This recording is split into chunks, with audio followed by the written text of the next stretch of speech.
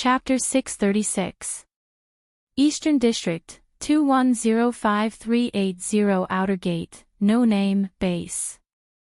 The castle-like residence that belonged to No Name was sturdy and brand new.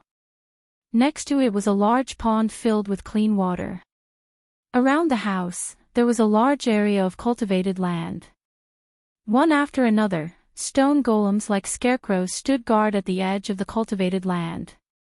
In the backyard and inside the house, there were many golems with delicate bodies doing housework. Washing clothes, sweeping the floor, mopping the floor, these golems could do it all. The only thing that the golems couldn't do was cook, but under the careful command of Lily and the others, the golems were able to make good food. It had to be said that the golems summoned by Wu Ming's item were quite powerful. They were able to do such delicate work. On the large area of land outside the house, the children of No Name were commanding a large number of golems to do farm work. Wu Ming had already given the golem summoning item to Ren. With Wu Ming's help and improved the summoning item, Ren had successfully used his own gift to control the item and summon golems given by Wu Ming. Ren had also given the command of the golems to every member of No Name, including the children. Because of the golem's meticulous work, this greatly reduced the burden on the children of No Name. Sir Villow's item is really convenient. That's right. I can sleep well every day now. That's right, and the golem's cooking is also not bad. Our community has finally begun to rise again. The children were chatting here and there. However, as the leader of the group, the little fox girl Lily had a serious expression on her face. Although the golems are useful, you can't rely on them too much. That will make you lazy. Also, not everything can be done by the golems. As the support team, we have to continue to work hard. Yes, at times it had to be said that as the children who survived the Demon King's attack and were still able to survive in No Name, they were all quite well behaved. At least compared to the problem children of No Name, the 100 or so children of No Name could be considered as angels. Well then, let's continue to work hard. Lily said with a smile and wagging her tail. Yes, times and seeing that everyone was working hard, Lily decided to leave as well. She wanted to check on the progress of the magic puppets in the house and the backyard. Arriving at the door, Lily pushed open the door and walked in. However, when Lily walked in, she was stunned. Why is everyone here? Lily asked when she saw Wu Ming's group standing in the hall. Didn't everyone go to White Yiksha to understand the situation? Why did you suddenly come back? Lily then wagged her tail and fell into deep thought. I don't remember anyone coming back, ahem. Lily, it's actually like this. Wu Ming cleared his throat and began to explain. Without wasting too much time, Wu Ming gave Lily a brief account of what had happened. In other words, you went to the North District with Lord White Yiksha, Lily said enviously. Actually, I also want to go to the North District to take a look. Wu Ming, Black Rabbit, and the others didn't know whether to laugh or cry. But thinking about it, it was normal. After all, although Lily was a small leader, she was still a child. How could a child not be interested in playing? Okay, I'll bring you along when I go tomorrow. Wu Ming patted Lily's head and comforted her. The reason why Wu Ming and the rest of the No Name could arrive at the No Name base so quickly was because Wu Ming used the teleportation portal. There was only one requirement for the teleportation portal, and that was, as long as it was a place they had seen or been to, they could connect to it. Therefore, even if the North District and the East District were quite far apart, with Wu Ming's bug-like skill, it could be said that it was not weak at all. Therefore, when the No Name people were worried about finding a hotel, Wu Ming directly proposed to open the teleportation portal and return directly to No Name. As a result, before Lily entered the house, Wu Ming and the others had already returned to No Name. And just now, when Wu Ming explained to Lily, he also said that they used the teleportation portal to return, so Lily was not surprised that Wu Ming said it was so easy. Then it settled. Lily smiled happily. After that, everyone enjoyed dinner, took a bath, and went to rest. As for Wu-Ming, he went to check the situation of the magic puppets. After all, Wu-Ming had never used this item before. Although Wu-Ming didn't think that there would be any problems with the item he made, it was still better to check it. After all, it was just to be safe. After checking that there were no problems, Wu-Ming went to the library. This made Letitia a little helpless. "Master, haven't you seen enough?" She thought that this exploration of the Fire Dragon's birth festival would make her master obediently go to sleep, but in the end, there was still no change. "Although I've read a lot of books in the no-name underground library, there are still a lot of books that I care about, so I'll take a look at them." This was what Wu-Ming told Letitia. But as a maid, Letitia had to think about her master's health, so she had to let her master sleep. Even if her master was a monster who didn't sleep for a few years, she still had to do it. This was a very reasonable request that Letitia the maid, Letitia, put forward for her master's sake. Because of Letitia's strong advice, Wu-Ming only read a little bit of books before simply going back to his room to sleep. After all, Wu-Ming had basically finished reading the most important books. The rest of the books weren't the most important, but Wu-Ming cared about the most, so there was no need to rush. At night in No Name, everyone fell asleep. Only the magic puppets that didn't sleep, their scarlet eyes flashed in the night, protecting No Name, this paradise that had finally regained its vitality. The next morning, everyone finished their breakfast and gathered in the No Name conference room. Wu-Ming, Letitia, 16 Nights Reversal, Jo Yuasuka, Hiroi Hiroyuki, Ren, Lily, and Sanmao Cat, a total of 8 people and 1 cat, neatly finished their preparations. "Lily, have you informed the other children of No Name?" Wu-Ming looked at Lily. "Yes, I've already informed them. We'll leave No Name today and go to the North District." Lily nodded, her little tail wagging. She was obviously excited about going to the North District. Wu-Ming nodded. "Then, everyone, let's begin our trip to the North District again." After saying that, a dark purple portal swallowed everyone. In a moment, the conference room became empty. Chapter 637. North District, 54545 Outer Gate. Whether it was the people on the street or the people in the shops, they were all immersed in the joyous atmosphere brought about by the festival. They didn't notice that there was a dark purple ripple in a small alley somewhere. Suddenly, a foot stepped out of the dark purple ripple. Then, the owner of the foot completely came out of the ripple. He had black hair and red eyes. His face wasn't very handsome, but it was quite pleasing to the eye. Then, one person after another came out of the dark purple ripple. "Have we already reached the North District?" Among them, a young girl with fox ears and a fox tail spoke with an excited tone. She constantly looked around. "That's right, we've already reached the North District. Lily can go shopping with Black Rabbit and the others." Wu-Ming, who came out first, squatted down and touched Lily's little head. Willow-san, don't we need to continue the discussion with Salamandra?" Black Rabbit's ears perked up. She was very confused. What the Black Rabbit said wasn't wrong. Yesterday, the discussion between No Name and Salamandra was interrupted by the 3 problematic children. Although Wu-Ming and Letitia stayed behind, they were only there to deal with the trifling matters caused by the willfulness of the 3 problematic children. Thus, regarding the Fire Dragon's birth ceremony and the Demon King's attack, Salamandra and No Name did not come to a conclusion. "We do need to, but don't worry. I've already talked to Shadora and Byakuya. Today, we don't need all of No Name's people to go to Salamandra for the meeting. We only need to send a few people." Wu-Ming explained to Black Rabbit. "So that's how it is. Then, we can go shopping." Jiu Fei Niao smiled. She didn't have enough shopping yesterday.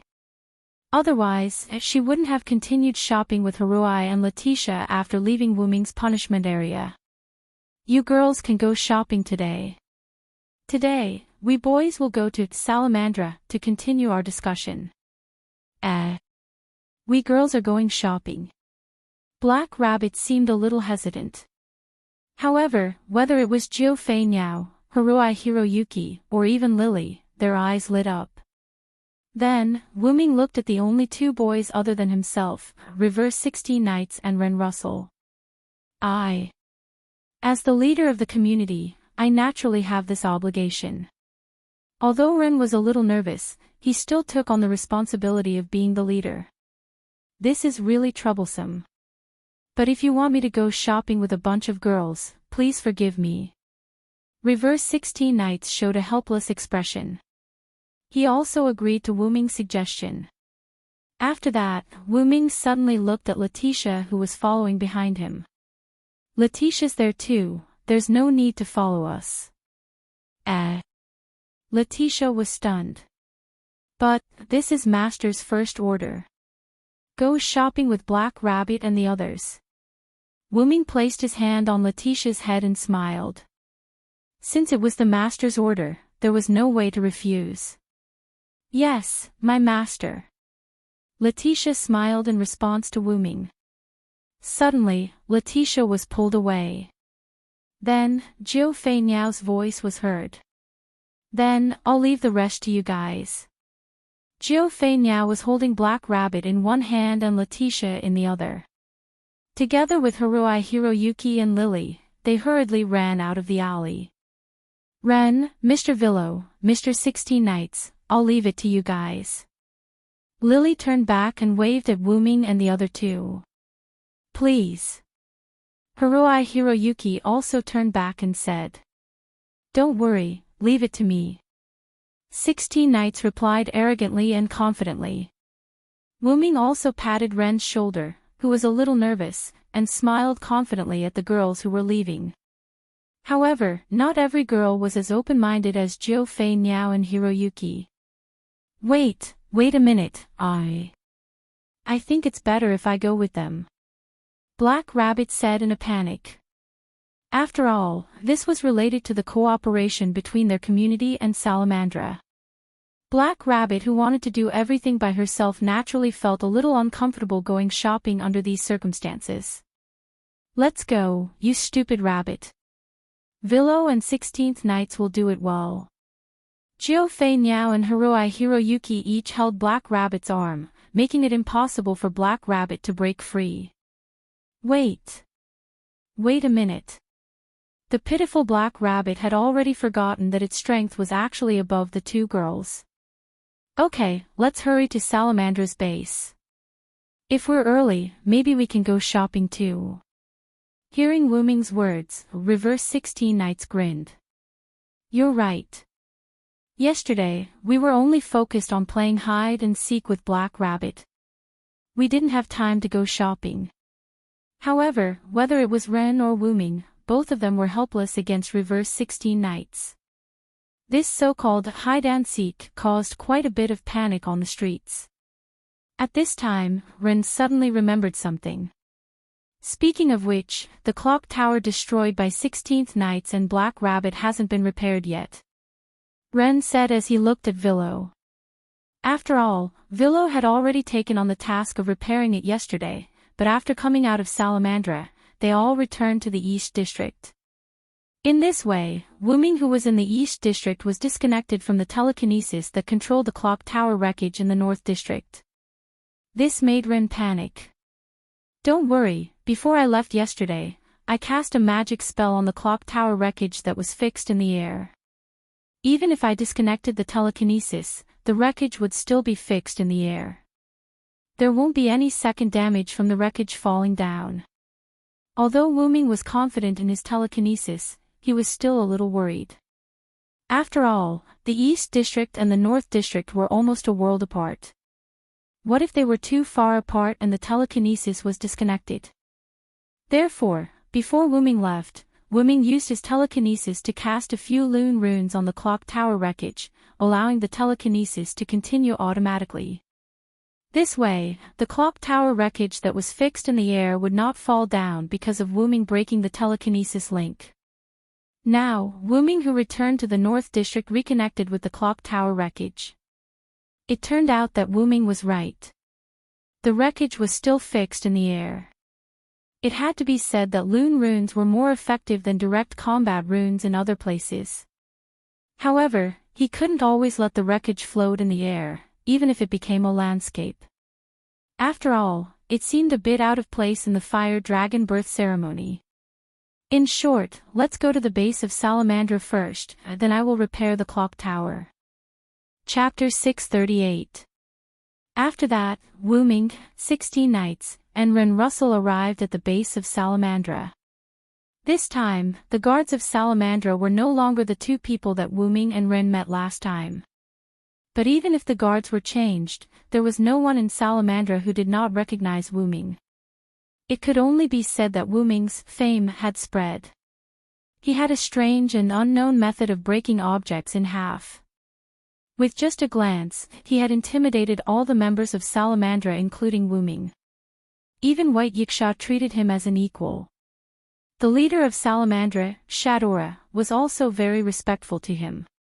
Even Mandela of Salamandra chose to swallow his anger after knowing that the person who destroyed the clock tower was a member of the same community. The two guards at the entrance of Salamandra swallowed a mouthful of saliva at the sight of this magnificent feat of farming. More importantly, Salamandra had offended this lord, and Lord Mandela of Salamandra had also clashed with this lord. This made the two guards' faces turn pale. They were not people like Shadora, Mandela, or even White Yiksha. If they accidentally provoked this master in front of them, they were afraid that they would be done for. Please inform them that No Name is here to discuss with Salamandra the matters that were not discussed yesterday. Wu Ming said very politely to the two guards. One of the two from Salamandra nodded his head and turned to enter Salamandra's base. However, Wu Ming did not know if he had seen wrongly, but he saw the guard in charge of reporting almost fall down at a corner inside Salamandra's base. From the looks of it, he seemed to be frightened. This was really baffling.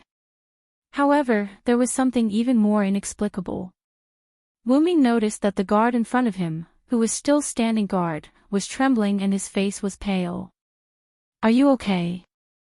In the end, it was the kindest person, Ren, who asked with concern. I'm fine, I'm fine. The guard was scared by Ren and stuttered as he answered. His eyes were vaguely looking at Wu Ming, as if he was afraid of provoking him. This made 16 Knights, who caught the guard's small movements, interested. Looks like little brother left a deep impression on Salamandra yesterday. 16 Knights teased Wu Ming, but Wu Ming also saw the guard's eyes looking at him erratically. This made Wu Ming feel a little helpless. Was there a need to be so scared? Yesterday's matter was yesterday's matter, yesterday's people were yesterday's people yesterday. It would not implicate anyone else, let's just talk about it as it is. Furthermore, Wu Ming wasn't someone who held grudges. He wouldn't vent his anger on the other members of Salamandra just because Salamandra didn't respect Wu Ming in the beginning. After all, Wu Ming was not a demon. However, in the eyes of Salamandra, Wu Ming was a demon. Fortunately, in less than half a minute, Shadora and Mandela came out to greet him. This made the guard of Salamandra breathe a sigh of relief. Welcome to Salamandra again, Leader Ren, Mr. Villo, Mr. 16 Knights. Shadora smiled sweetly. Wu Ming listened to Shadora's words and was quite satisfied. This was because she first addressed Ren, who was the leader of the community, and not Wu Ming, who was the most powerful. It could be seen that the other party, or Shadora, had begun to pay attention to No Name. No, in fact, Wu Ming had already seen through it. Shadora, as a child with a pure heart, looked down on Salamandra for unilaterally breaking the contract with No Name quite disdainfully. However, because of Mandela's strong resistance, coupled with the fact that he had not contacted No Name for the past 3 years, it was not easy for Shadora to handle it. However, now that No Name had a strong person like Wu-Ming, Mandela's "we will not ally with the weak community" statement could no longer be used. This also made Shadora naturally begin to put No Name on the same level, which was why Shadora first addressed Ren, the leader of No Name, instead of Wu-Ming. Even if Mandela was a little unhappy, there was nothing he could do. He had also been frightened by Wu-Ming, and had been injured by No Name and the three unknown small fries. He had even felt the threat of death. It could be said that if it wasn't for White Yiksha's last shout that stopped the reversal of 16 nights, Mandela believed that even if he didn't die, he would have lost a layer of skin. Therefore, Mandela had no way to deal with the issue of No Name's attitude and even contact. He could only let Shadora do as she saw fit. After all, this could also train Shadora's ability as the leader of the community. Moreover, she knew in her heart that it was enough to make Mandela feel at ease. Then, Ren responded to Shadora in a manner that was neither servile nor overbearing. "Yes, Leader Shadora. We're here to disturb you again." Shadora smiled and nodded, then extended her hand and gestured behind her. "This way, please." Then, Wu-Ming and the other two followed Shadora and Mandela. Under the gazes of the members of Salamandra, they came to the meeting room where No Name and Salamandra had discussed yesterday. When they opened the door, they saw White Yiksha, who had been waiting for a long time. "Oh, you're here. Hurry up. I'm already a little impatient from waiting." Although that was what she said, White Yiksha did not show any signs of impatience. However, they would not continue to wear down White Yiksha's patience just because she did not show any signs of impatience. Everyone quickly sat down in their seats from yesterday. However, compared to yesterday's lively atmosphere, today's meeting room was quite deserted. This was because whether it was Salamandra's side or No Name's side, the number of people had decreased by a lot compared to yesterday. Only Shadora and Mandela were on Salamandra's side today. The original Salamandra's higher-ups and Mandela's confidants were not present today. As for No Name, they had only sent out their leader, Ren Russell, as well as the rookies, Silent and 16 Knights. A total of 3 people. Black Rabbit, Jo Yuasuka, Haruhibu Yao, and a series of girls did not come. Even Wu-Ming's maid, Letitia, did not come because they had been chased away by Wu-Ming to go shopping. White Yiksha was still alone and did not bring anyone else. Whether it was Salamandra or No Name, there were fewer people gathered here today. This gave people a feeling that they were not important. However, it was the exact opposite. The people gathered here today were all key figures in the various communities. Salamandra's leader, Shadora, the actual second-in-command, Mandela, No Name's leader, Ren, Wu-Ming, the strongest in No Name, and 16 Knights, who gave Mandela the feeling of death yesterday and almost killed him. In other words, today's discussion was of the utmost importance. Then, let's begin the discussion about the Demon King's attack. As the host, White Yiksha was the first to speak. Chapter 639. White Yiksha's words were like a fuse that started the meeting. Ren looked at Wu-Ming, who had no intention of speaking, and then looked at 16 Knights. Sensing Ren's gaze, 16 Knights laughed wantonly, then looked at Shadora and Mandela. "There's nothing much to say. We'll help you defeat the Demon King, and the ownership of the Demon King will belong to No Name." Whether it was Shadora, Mandela, or White Yiksha, they were all a little confused by 16 Knights' straightforward words. After all, this was not the way to discuss things. However, White Yiksha could understand why 16 Knights said such words. After all, he was a problematic child. However, this was a little difficult for Shadora and Mandela to accept. Seeing Shadora and Mandela's hesitation, Wu-Ming dropped a bombshell. "Then, let's be more specific. We, No Name, only want the ownership of the Demon King. We don't want anything else." Shadora and Mandela were shocked by Wu-Ming's bombshell. "Mr. Wu-Ming. Even Ren was shocked. Not to mention other things, if they defeated the Demon King, their reputation would increase greatly, and everything under the Demon King's command would be paid. For a Demon King with the authority of the organizer, his possessions would naturally be extraordinary. At least they would not lose out. Therefore, even if it was for no name, Ren wanted to fight for the benefits brought by the Demon King this time. Wuming naturally understood Ren's thoughts, but Wuming also had his own reasons. What does it matter? Although we, no name, are in a state of being in a state of having a lot of things to do, because of the lack of manpower, what we need now is to increase our elite strength. Things like money and rare gifts can naturally be obtained with strength. What Wu Ming said wasn't wrong. If no name defeated the Demon King in this fire dragon's birth ceremony, then their reputation would naturally spread. No name did not lack funds at the moment, and in terms of gifts, with Wu Ming around, no name actually did not lack any. After all, Wu Ming's advanced item creation wasn't just for show. Moreover, Wu Ming's Manchala square array had many other things as well. Although Wu Ming was currently in his spiritual body, the items inside the Manchala square were all mana aggregates. However, Wu Ming could still take them out and use high-grade tools to create them. Although its performance couldn't be compared to the real thing, at least it wasn't a problem. Therefore, the most crucial point of no name was its lack of combat power.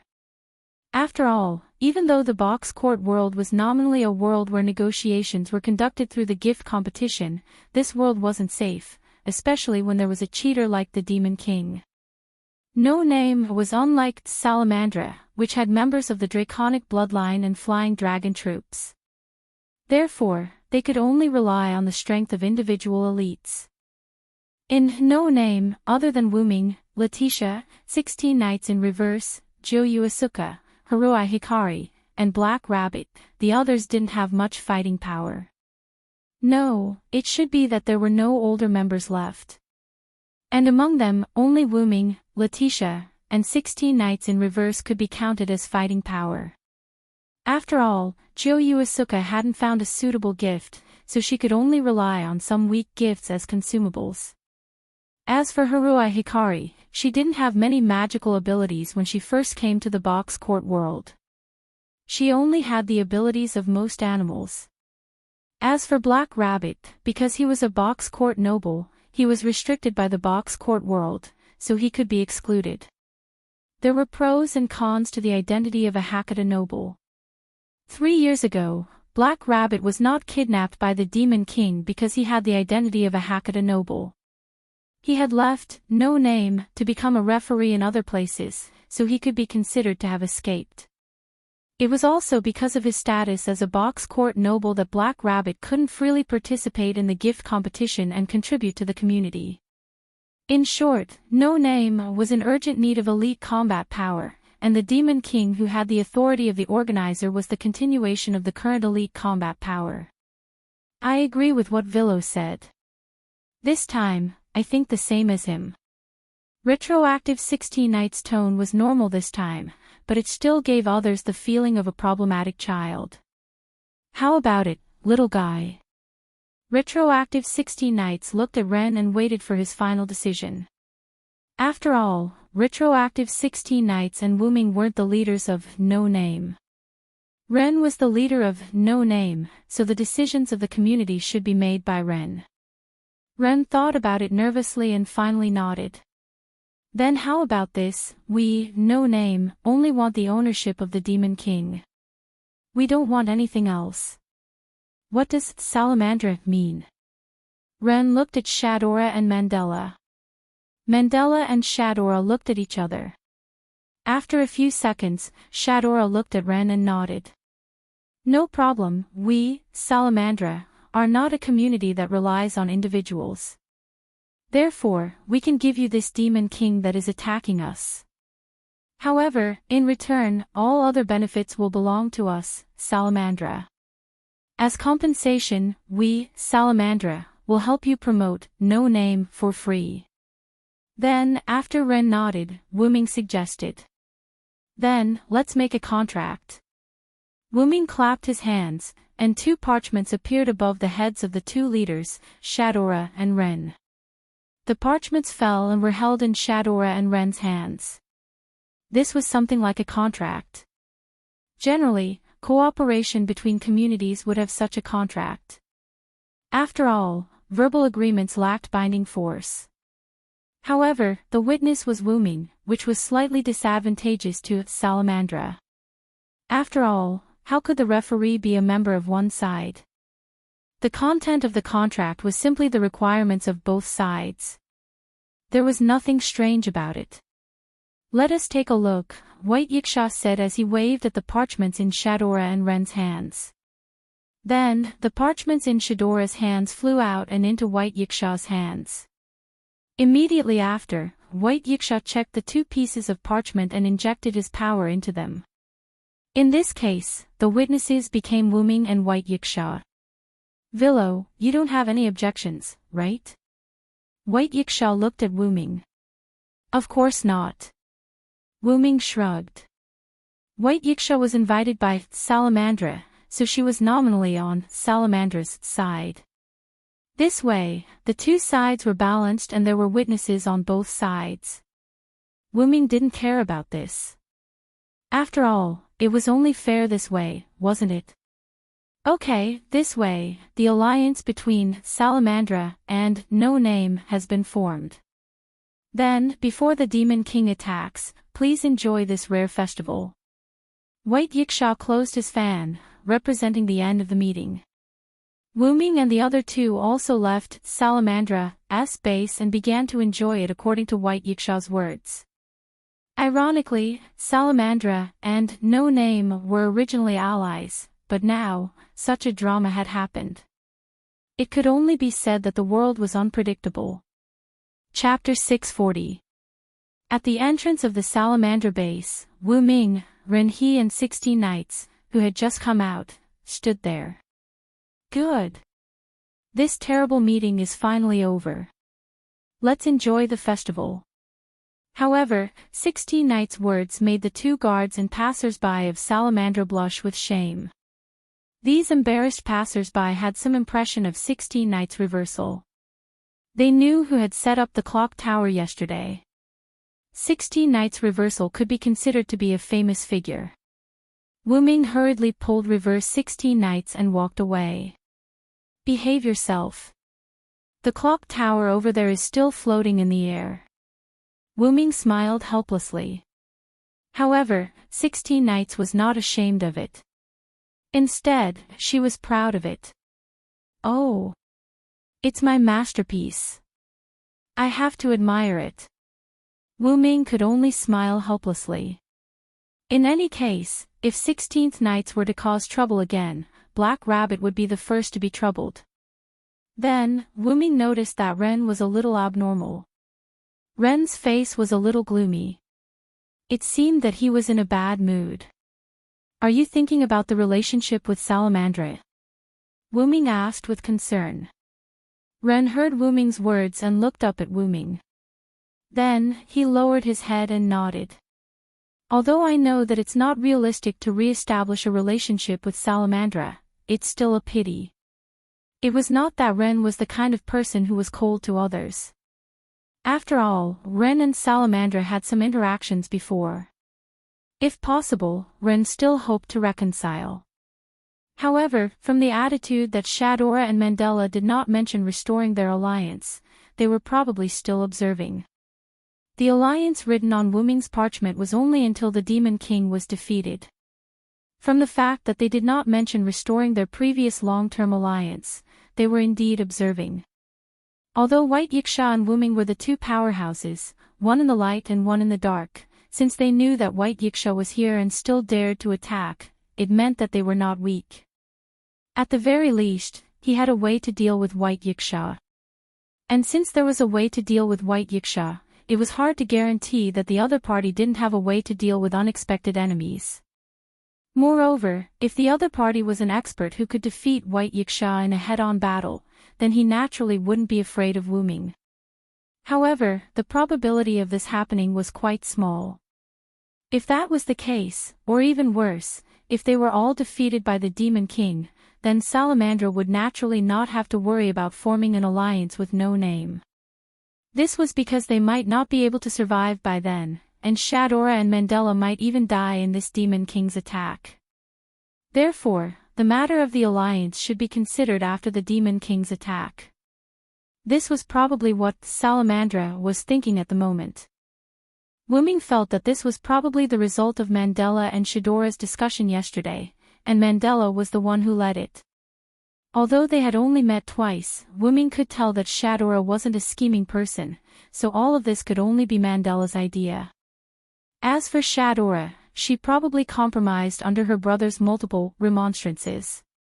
Because during the meeting just now, Wuming saw Shadora looking at No Name with an apologetic gaze more than once. However, Mandela really impressed Wuming. At this time, he was still able to plan for a rainy day. It felt like he was already prepared. Wuming rubbed his chin and pondered. Mr. Villo. Ren looked at Wuming in deep thought and couldn't help but ask. Wuming came back to his senses and shook his head apologetically. It's okay. Don't worry so much. Since things have come to this, let's just enjoy the ceremony. Yes. After that, Wuming, 16 Knights, and Ren separated. After all, he had to repair the clock tower that 16 Knights destroyed. Looking at the surrounding buildings and glass works of art, Wuming walked toward the clock tower while enjoying the artistic style of the Northern District. Because there were still a few days before the Fire Dragon's birth ceremony, the outer door of 54,545 was crowded with many people who came to visit and prepare to participate in the gift competition. However, Wuming didn't use his ability. Instead, like an ordinary person, he walked along the road toward the clock tower bit by bit. Needless to say, this was a good experience for Wuming because he hadn't walked in such a large crowd for a long time. He slowly came to the location near the clock tower. Although the clock tower's wreckage floating in the air also became a scenery, it was not crowded here. After all, if such a thing happened in a world without any mystery, it would be quite interesting. However, if it happened in a world with a high degree of mystery, then everyone would only treat it as a special gift of power. Therefore, it wasn't too crowded here. After Wuming cast Ignore Magic on himself, he flew into the air and came to the wreckage of the clock tower floating in the air. Wuming began to analyze the structure of this clock tower and allowed him to repair this clock tower. The clock tower in the box court world was just a clock tower made of ordinary stone bricks. After all, it was not a rare item, so Wuming didn't spend much effort. After about a few minutes, Wuming almost finished studying the structure of the clock tower. Then, Wuming left the wreckage of the clock tower and flew higher. In just a few seconds, Wuming came to the highest point of the clock tower. There should have been a clock on the top of the clock tower, but now it was like a broken head. Only an uneven but quite neat break was left. It could only be said that 16 Knights' damage was really high. With a little force, the stone was directly smashed by 16 Knights like tofu. Although Wuming could also do it, 16 Knights was an ordinary person, at least he was indeed a human. Wuming became more and more interested in 16 Knights. The last fight hasn't ended yet. Why don't I fight him again when I have time? Wuming said casually. But let's finish the matter at hand first. Create green item, advanced item creation. With the recitation of the spell that he hadn't chanted for a long time, the clock tower was like a living creature. It directly grew a clock tower's roof directly from the break. Its structure and appearance were exactly the same as the original. Done, crafting. Wuming clapped his hands. In an instant, the wreckage floating in the air that was controlled by Wuming's telekinesis seemed to be compressed by something and shrank visibly. When the wreckage was compressed to about 1 meter, Wuming snapped his fingers. Paw dash, a white flame ignited from the compressed pack. In just a few seconds, the flame extinguished and there was nothing in the air. At this time, because of the burning wreckage and the growth of the clock tower, many passers-by below looked at the clock tower that grew over here. Suddenly, Wu Ming noticed a gaze looking at him. It was a petite girl wearing a spotted dress. Chapter 641. The girl had an exquisite face and was as cute as a doll. Her hairstyle was short, rose-colored hair, and two horn-like headpieces adorned the sides of her head. There was also cloth with spots on the hair ornaments, and two strands of hair fell naturally from the sides of her forehead, giving off a special sense of beauty. The girl's upper body was a black, sleeveless cheapao-style dress with white edges. She also wore black sleeve protectors on her arms like headpieces. The girl's sleeve protectors had black spots on them. The girl's lower body was a short skirt with black spots, as well as black knee socks and snow boots. Although this combination felt strange, it was particularly suitable for the girl. The young girl stood motionless in place and raised her head, staring at Wu Ming with an expressionless face. Wu Ming didn't find it strange that someone could see him. The magic trick Wu Ming cast on him was just an ordinary magic trick to eliminate one's presence. It could be said that this was a magic trick that a slightly more serious magician would use. The magic trick to disperse idlers was the same as this magic trick. It was basically a necessary magic trick for magicians. After all, without this magic trick, it might be troublesome for magicians to do some secret things.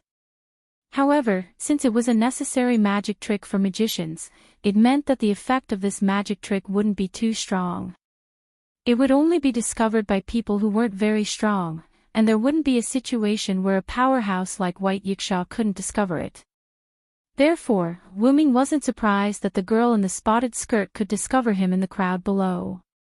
Maybe she's a powerhouse from a certain community, Wu Ming said casually. The two of them had only met once, and Wu Ming wouldn't strike up a conversation with her because of this. Just as Wu Ming was about to leave, Wu Ming suddenly heard a sentence. The power of the sun, annoying. Wu Ming was taken aback, then looked at the girl in the spotted skirt again. The girl was still expressionless as she stared intently at Wu Ming. Although he didn't know why, Wu Ming was certain that the girl in the spotted skirt had said that sentence to him. And the power of the sun that the other party mentioned was most likely Wu Ming's sun incarnation. The 12 clones that had become Wu Ming's treasures were engraved in Wu Ming's soul. However, the other party could see that Wu Ming had the power of the sun from his soul. This made Wu Ming curious. Could it be that this ordinary-looking little girl was an expert like White Yiksha? However, no matter what, the current situation meant that they were fated to meet. Therefore, Wu Ming decided to interact more with him. However, just as Wu Ming was about to fly down, the girl turned her head and left. Wu Ming was quite annoyed by the way she kept him in suspense. However, since it was Wu Ming's decision, Wu Ming wouldn't give up. Wu Ming followed the girl closely in the air until the girl walked into a small alley. Is she asking me to go in? Wu Ming laughed. After all, the girl's actions were too similar to luring Wu Ming into the alley. Wu Ming landed unhurriedly. Just as he was about to walk into the alley, Wu Ming noticed a shop that was open because of the ceremony. Then, Wu Ming, who suddenly had an idea, smiled and walked into the shop. A few minutes later, Wu Ming walked out and entered the alley. The alley wasn't very complicated.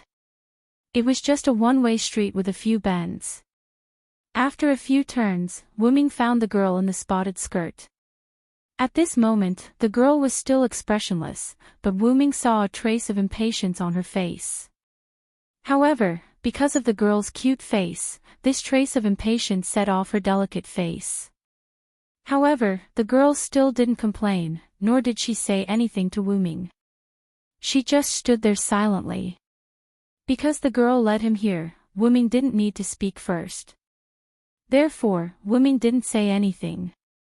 Just like the girl, he waited quietly. The two of them were in a stalemate, and time passed little by little. A light breeze blew through the alley, and Wu Ming and the girl's clothes and hair fluttered lightly. As if she had lost her patience, the girl spoke first.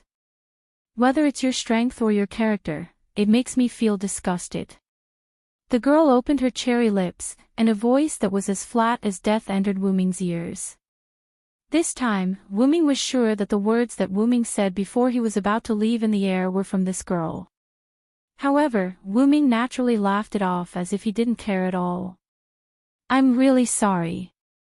After all, you were the one who lured me here. That's why I left the initiative in your hands. If I made you unhappy, then take this as an apology." After Wu Ming finished speaking, he extended one hand to the side, and a golden ripple swallowed Wu Ming's arm. That's the rare gift of space. Thinking of this, the girl in the spotted skirt began to become vigilant. Then, she saw Wu Ming take out from the strange golden ripple, a cotton candy. Looking at the cotton candy, the girl in the spotted skirt was stunned. Because of the shock, the girl's face changed in an expression that she hadn't seen before, which made Wu Ming smile.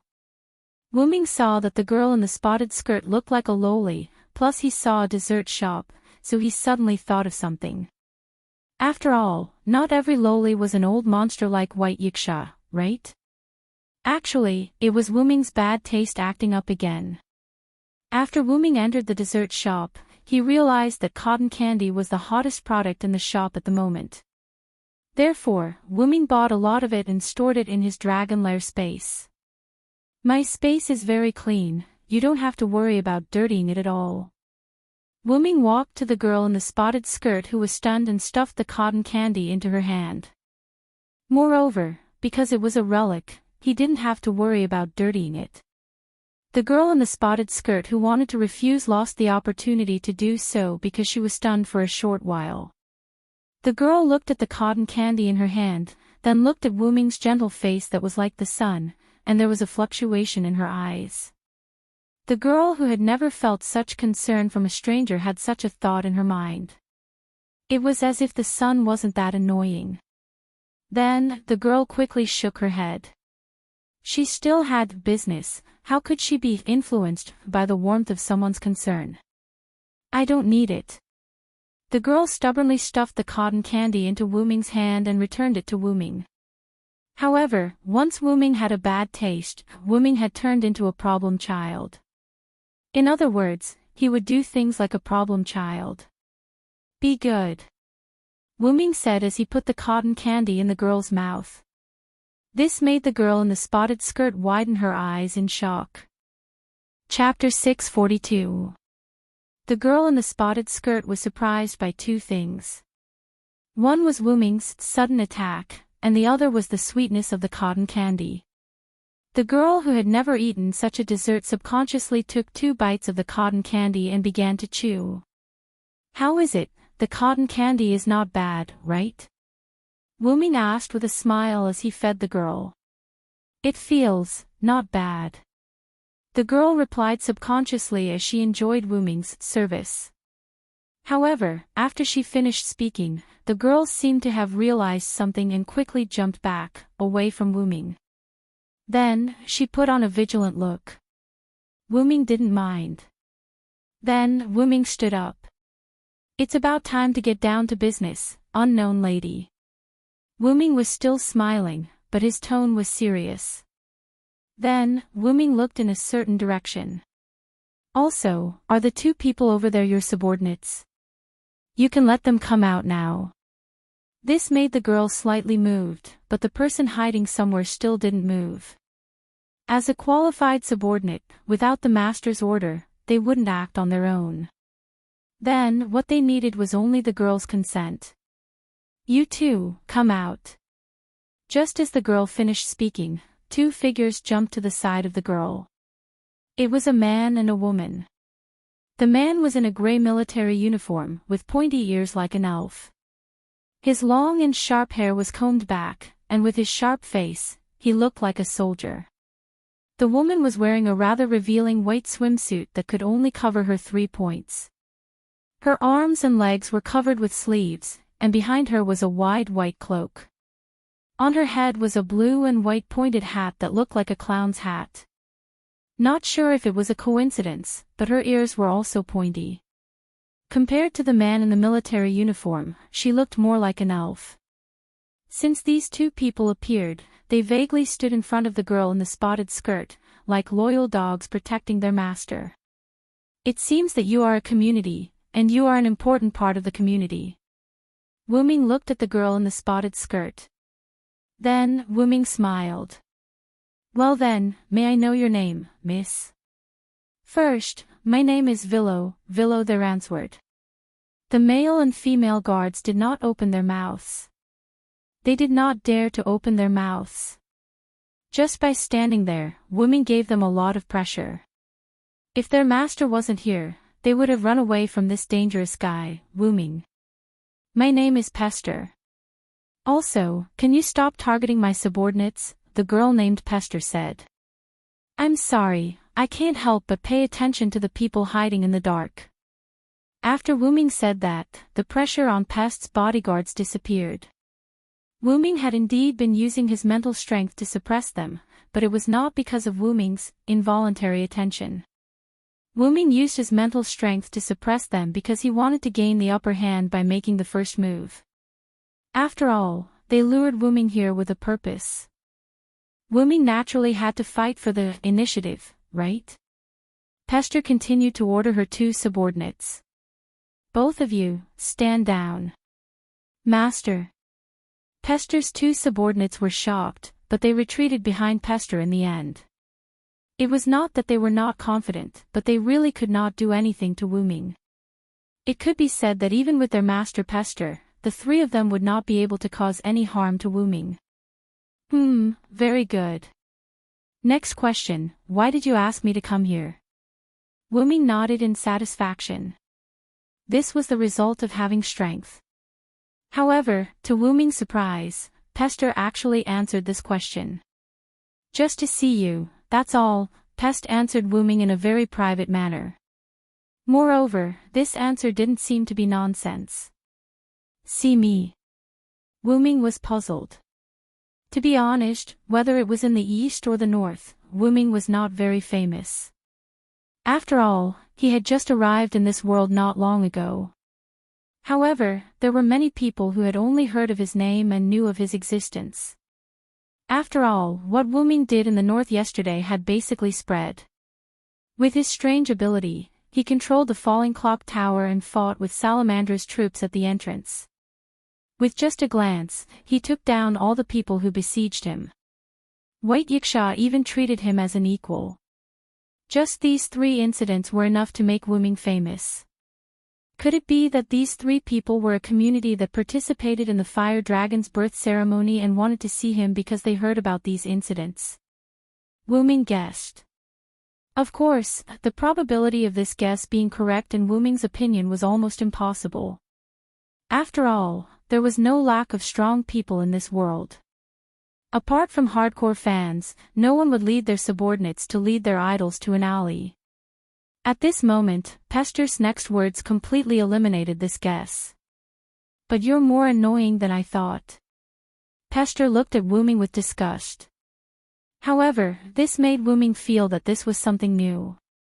Wu-Ming had never been spoken to like this before. Then, someone must have told Pester about him. That's why they came here with a purpose. Wu-Ming thought. Could it be those people who told Pester? Wu-Ming suddenly thought of the group of people who tried to buy Letitia. Those people were definitely not easy to deal with. If it wasn't for Maxwell's ability that caught Wu-Ming off guard, Wu-Ming would definitely have kept those people alive. Perhaps, Pester was invited by those people to deal with Wu-Ming. However, Wu-Ming was once again slapped in the face. Because I heard that you and White Yiksha seem to be friends of the same generation, I came to take a look, Pester said calmly. Although it's not as serious as White Yiksha, you still annoy me. Wu-Ming could only shrug helplessly. It seemed that Pester had some grudges with Sun, however, since Pester wasn't looking for trouble, Wu-Ming didn't need to stay any longer.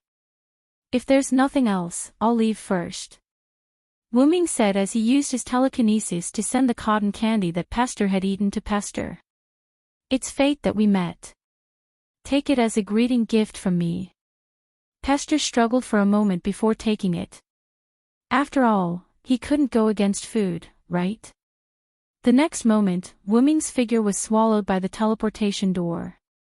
Only Pester and the other two were left in the alley. Pester gently took a bite of the cotton candy and fell into deep thought. At this moment, Pester's female subordinate spoke. Master, should we continue to attack during the ceremony? Chapter 643. It could only be said that this subordinate of Pest's was rather careless. She was not afraid that Wu Ming would be eavesdropping instead of leaving. However, she did not mention the specifics. Thus, even if someone were to eavesdrop on them, it would be fine. Why don't we continue? Pest asked instead of answering. But Master, it's not that we don't have confidence.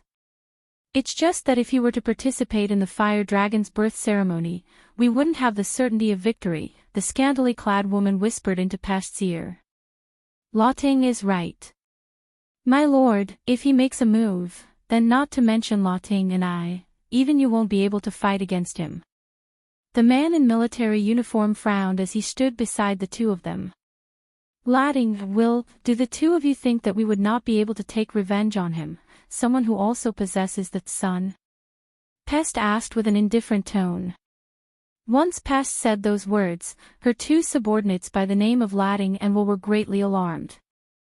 They immediately looked to their surroundings, afraid that they would be overheard by others. Don't worry, he has already left. Pest, who had long since confirmed that Wu Ming had left, comforted the two of them. Although Pest was not as powerful as Wu Ming, she was still capable of checking whether Wu Ming had left or not. Really, Master, please don't scare us. If he were to hear us, it would be bad. Ladding patted her chest and took a deep breath.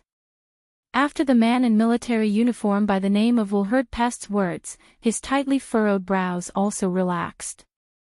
Then, he sighed in worry. After all, he is not a pure son. Even if the ritual succeeds, I reckon that it will only weaken a portion of his power. He is not like White Yiksha, who can completely control his movements. If Wu Ming were here, he would most definitely be astonished by those words. White Yiksha was an existence ranked in the top 10 of the boxers. Yet, these people actually said that they could control White Yiksha's movements. If Wu Ming were really here, then he was certain that the enemy that was about to attack them was most likely Pest. Unfortunately, Wu Ming really left. That's enough. At that time, the death god Black Death Spot will eliminate him, Pest said expressionlessly. However, there was a trace of viciousness on her face. Don't worry. Hearing Pest's words, Ladding and Will were stunned. Then, they looked to each other. Then, the two of them kneeled on one knee before Pest. Yes, my lord. However, there was still worry in their eyes. However, since Pest had said it like this, the two of them would not refute her. After all, they were not summoned for any purpose. Their only purpose was to serve their master, the young woman before them, Pest. Pest nodded expressionlessly. She turned around and began to walk out of the alley. At any rate, there are still a few more days before the fire dragon's birth ceremony. You two don't need to follow me. Just go take a stroll, Pest said without even turning her head. Amen. This caused Ladding and Will to look at Pest in disbelief. Even though the two of them had not known Pest for a long time, Pest was not someone who would waste her time on strolling the streets, much less asking the two of them to stroll the streets. After all, the fire dragon's birth ceremony is a rare ceremony. The two of you have never experienced such a ceremony before. Just go ahead and take a stroll. Pest seemed to be embarrassed. Her face turned slightly red. Then, she turned her head away. But, my lord, if there is no one by your side, we will not be at ease, Will said hesitantly. Pest then interrupted him. Do you think I need someone to protect me? Pest turned around and took a silent glance at Will. My apologies, my lord. Will immediately kneeled on one knee and apologized. As they were colleagues, Ladding was quite good at taking care of others. She immediately grabbed Will's arm and walked toward the back entrance of the alley.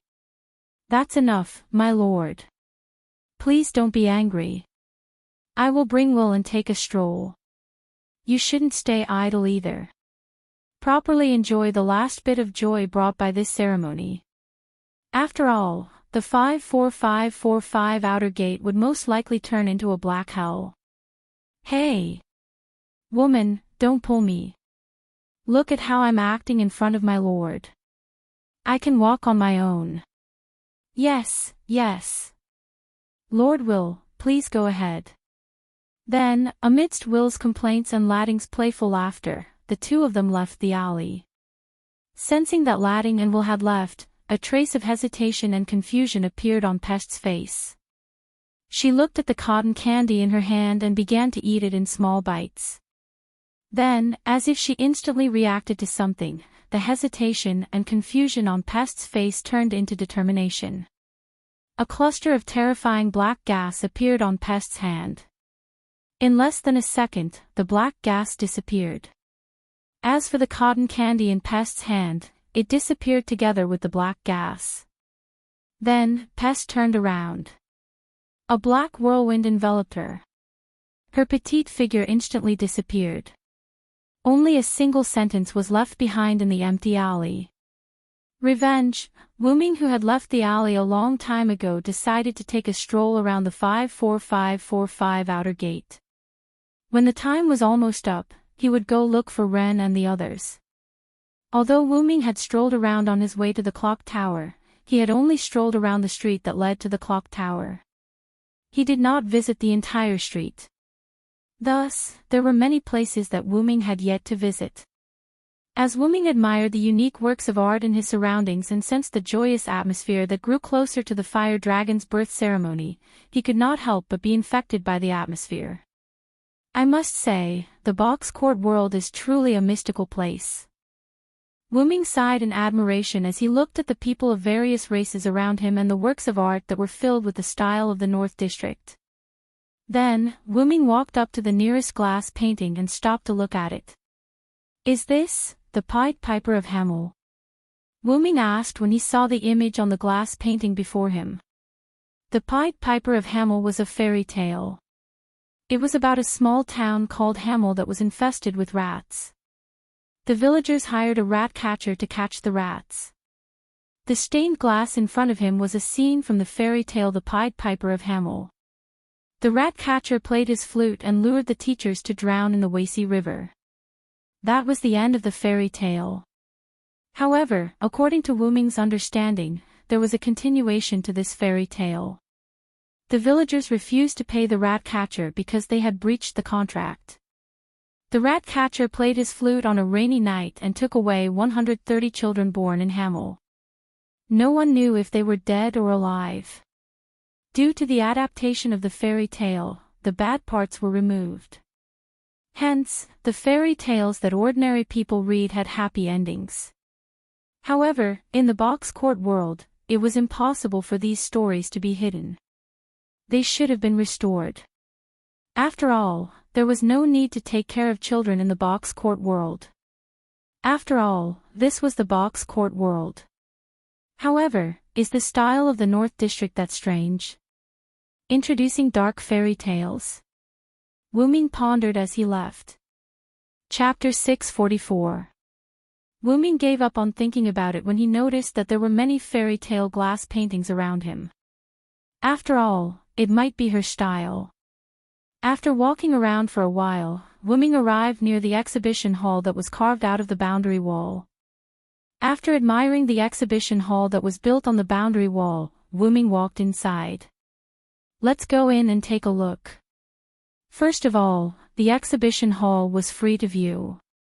However, as soon as Wuming walked to the entrance of the exhibition hall, many people suddenly ran out from inside. They were all visitors who were in the exhibition hall. Dodging the visitors who were running around, Wuming frowned and looked into the exhibition hall. Wuming felt Letitia's aura in the exhibition hall. She was using the power that she obtained as Wuming's dependent. Could it be that the Demon King is here now? Wuming was quite puzzled. However, the most important thing now was to go in and take a look. If it was really the Demon King, Wu-Ming was prepared to kill him directly and get rid of him once and for all. Now, the visitors in the exhibition hall had basically all run away, which saved Wu-Ming the trouble. After entering the exhibition hall, Wu-Ming didn't find anything wrong. Then, Wu-Ming ran in the direction of Letitia. Because the exhibition hall was a circular passage and the distance between Letitia and Wu-Ming was not far, it only took a few seconds for Wu-Ming to reach Letitia. However, Letitia wasn't alone. There was another person sitting beside Letitia. It was Jiao Fei Niao, whose clothes were slightly damaged and mixed with some bloodstains. "Letitia, Fei Niao, are you okay?" Wu-Ming said as he came in front of Jiao Fei Niao and cast a healing loon magic on her. "I'm fine. These bloodstains aren't mine. Don't worry."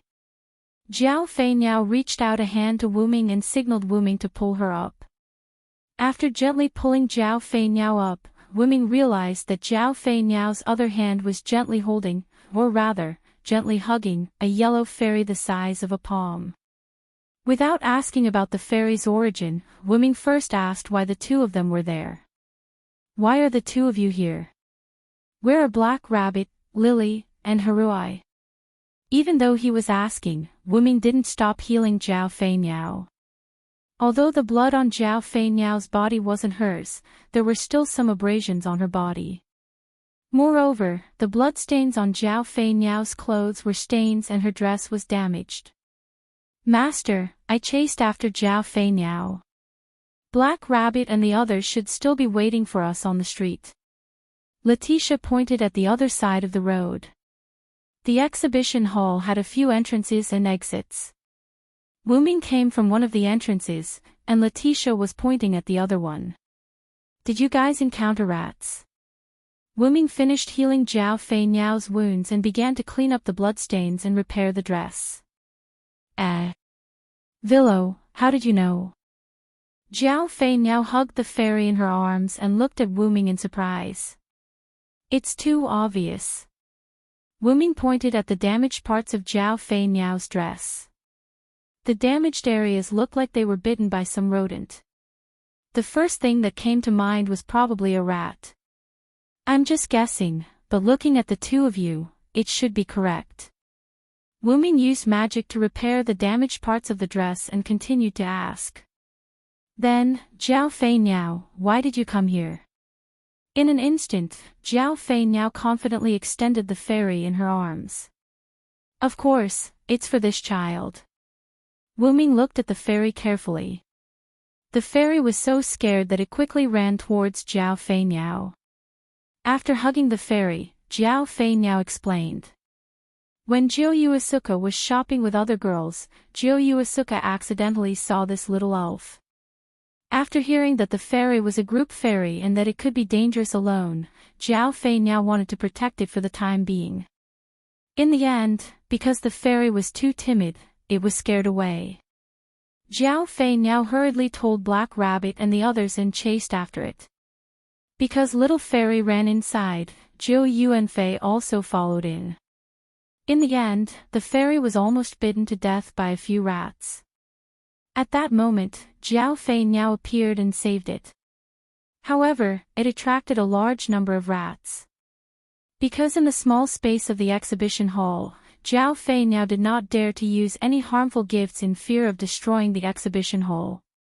It had to be said that Jiao Fei Niao did not use her potential as a problem child and destroyed the exhibition hall. However, the price was that Jiao Fei Niao had to pay for it. Jiao Fei Niao wanted to use her power to control the rats. However, she realized that the rats could not be controlled. It was as if they were controlled by someone else. In the end, Jiao Fei Niao used the Sword of Grace and ran away with the fairy while attacking. The damage to her dress was caused by the rats. The blood on her body was caused by the rats. Then, as the number of rats increased, Letitia appeared and forced the rats to retreat. Miraculously, the rats would turn into ashes when they died. That was why there were no rat corpses. However, the blood of the rats could be left on the clothes. Letitia was worried, so she told Black Rabbit and the others and followed them. After that, Wu-Ming also rushed over. Rats. After cleaning the blood on Zhao Fei Niao and repairing the damage on the clothes, Wu-Ming stopped his magic and started to think. Is there any other information? After all, Wu-Ming valued information the most. Because with information, all the mysteries would be solved. Zhao Fei Niao and Letitia started to think. Suddenly, Zhao Fei Niao remembered something. Speaking of which, I think I heard the sound of a flute. Flute? Wu-Ming was stunned. It was not that Wu-Ming had any special understanding of the flute. It was just that he had just replayed the story of how the flute controlled the rats. Hamel's Pied Piper. Zhao Fei Niao also said that she heard the sound of the flute. Moreover, the rats seemed to be controlled. This made Wu-Ming think in this direction. This is interesting. Wu-Ming smiled as he thought of the girl in the spotted skirt he had met before. Letitia, Fei Niao, you might have met the subordinates of the Demon King who are preparing to attack the Fire Dragon's birth ceremony. The subordinates of the Demon King. Zhao Fei Niao and Letitia were shocked. Why do you say that, Master? Letitia asked in confusion. Because, I just met the Demon King. Wu-Ming smiled confidently. Chapter 645. After obtaining some information about the Demon King, as the leader of the community, Ren's first thought was to discuss with Salamandra and Byakuya. Wu-Ming, 16 knights, and the others also agreed, so everyone returned to Salamandra's base. In Salamandra's conference room. Because of the information about the Demon King, Sandora urgently summoned Mandela and some of Salamandra's higher-ups to the conference room. Wu-Ming, Letitia, 16 knights, Jio Asaka, Hiroyuki, Ren, Lily, Byakuya, Sandora, Mandela, and several of Salamandra's higher-ups gathered together. Because they had become allies, they didn't sit down like before, but sat on the rectangular conference table according to the order of position and strength. Sandora, as the host, naturally sat at the head of the table. On her left was Salamandra's group, and on her right was No Name's group. Immediately afterward, Sandora, the host, took the lead to speak. Vilo San said that he knows the details of the Demon King. Is this information accurate? Sandora said, looking at Wu-Ming, who was sitting on the second seat on her right. By the way, sitting on the first seat on Sandora's right was Ren, who was the leader of Salamandra's ally, No Name. I'm not 100% sure, but the accuracy is very high. Wu-Ming cast an imperceptible glance at Mandela. Then, he told Mandela about his encounter with the girl named Pest, as well as how Long Flying Bird and Letitia were attacked by the rats controlled by the flute sound. You mean, the Demon King this time is related to Hamel's Piper? Byakuya, who was sitting on the first seat on Sandora's left, said. By the way, as Salamandra's second-in-command, Mandela's seat was the second seat on Sandora's left. Ren could sit on the first seat on the right because he was the leader of the alliance, and Byakuya was nominally a member of Salamandra. Whether it was Byakuya's reputation or strength, there was no problem for him to sit on the first seat. Hamel's Pied Piper. Fei Niao, Yao, and the others were confused. They did not know this name very well. It's a story from a fairy tale. The villagers of a village called Hamel invited a rat catcher to catch rats, 16 knights explained to Shadora in a friendly manner. However, in the box court world, this story should be passed down in the form of a dark fairy tale. So you're saying that the ending wasn't good? Zhou Yuan Fei Niao asked. Due to the villagers' breach of contract, the rat catcher who used the flute to control the rats controlled 130 children born in Hamel on a rainy night and led them into the forest in the north. After that, both the rat catcher and the children disappeared. Ren answered. The box court world was very particular about inheritance.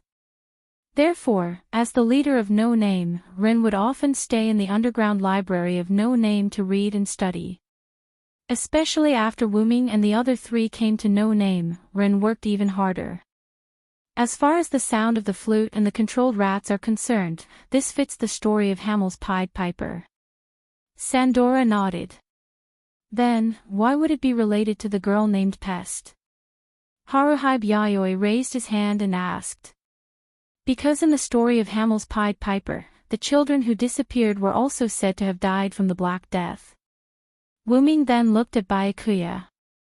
Byakuya, if the enemy is really like what I think, I'm afraid you'll be in trouble this time. Byakuya also sighed. Maybe it's really possible. Wu Ming and Byakuya's words confused most of the people present. What does this have to do with Lord Byakuya? Black Rabbit looked at Byakuya and Wu Ming in confusion. Pest has the meaning of plague. As for the Black Death, it is also the plague. The reason why the Black Death was born was because the sun had entered the Little Ice Age, causing its activity to decrease. With Wu Ming's explanation, those who did not understand understood. And Byakuya is the sun's star spirit. It's inevitable that the enemy will have a way to restrain Byakuya. If the attacking Devil King was related to the Black Death, then the mystery of why the enemy would attack the Fire Dragon's birth festival despite knowing that Byakuya would be present was solved. What? Then, isn't everyone in danger? Black Rabbit was shocked. Don't worry, Black Rabbit. The Villo is still here. Byakuya comforted Black Rabbit. Wasn't it because they were worried that something would happen to Byakuya that they invited No Name over? If I'm not mistaken, the pest I encountered is the enemy. To be honest, I don't think she can defeat Byakuya in a head-on battle. Although Wu Ming could not determine how many digits Pest had because she did not use her power, judging from the fact that she only had 6 digits under her command, Pest's power was probably not much higher. Even if she really had a way to raise her power to Byakuya's level, Wu Ming was not afraid. He lacked everything except for a trump card. Especially after knowing about the other party's inheritance, Wu Ming was even less afraid of her. One of Wu Ming's 12 incarnations targeted his inheritance. That was the incarnation of a warrior. This incarnation was mainly evolved from Welleslana's warrior with a golden sword. Originally, this incarnation had the ability to cut off the other party's divinity by reciting their inheritance. However, after fusing with Carmel's divine power and Wu Ming's own power, the incarnation still retained its golden sword form and became capable of cutting off the other party's inheritance. It was no longer limited to the divinity. As for the Black Death's inheritance, Wu Ming, who had read many books in No Name's underground library, expressed that he had no problem with it at all. If one came, he would kill one. If 2 came, he would kill 2. However, this was only the simplest trump card in Wu Ming's hands. Wu Ming still had many other ways to deal with Pest. Even if she has a way to deal with Byakuya, Pest will not be able to fight against me. This is not arrogance. It's the truth. Wu Ming's words gave people a sense of relief. Naturally, No Name's side would not doubt Wu Ming. Instead, they completely believed in him and their companions.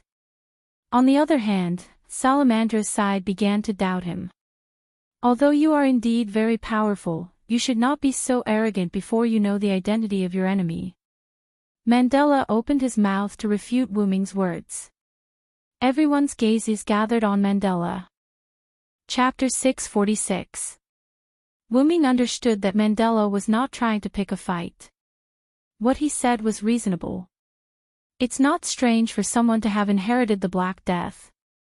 After all, there are many communities with negative inheritances in the Northern District. After all, regardless of whether the inheritances were good or bad, the box court world still had its value. When the people of the box court world faced communities with negative inheritances, as long as they did not openly stir up trouble, no one would come out and shout stupid things like defeating evil. Take Guard, who had turned into human excrement, as an example. His community, Forsgaro, originated from a community alliance called Beast of 666. The leader of this alliance was a demon king with 3 digits. It must be said that as long as one possessed sufficient strength and did not openly stir up trouble, one would be considered a good person.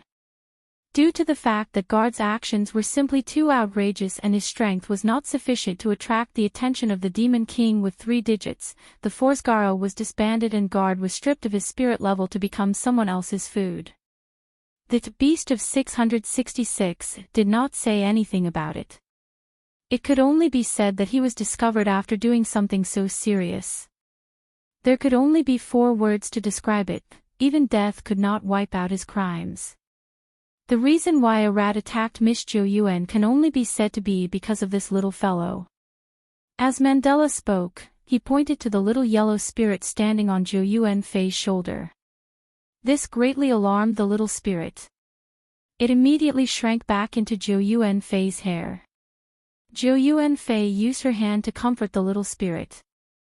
Then, she glared at Mandela in dissatisfaction. Based on Lord Villow's words, it seems that a rat attacked this little spirit. Miss Zhou Yuan saved the life of this little spirit and ended up being attacked by the rat. However, Mandela ignored Zhou Yuan Fei's words and continued with his words. You mean to say that it is impossible to prove that the enemy is the pest I spoke of? Wu Ming asked indifferently. I have no intention of offending you. I am merely stating the facts. Mandela was not very respectful. However, he still replied to Wu Ming courteously. Ever since Mandela saw how powerful Wu Ming was, whether it was from the bottom of his heart or not, Mandela had started to respect Wu Ming a little.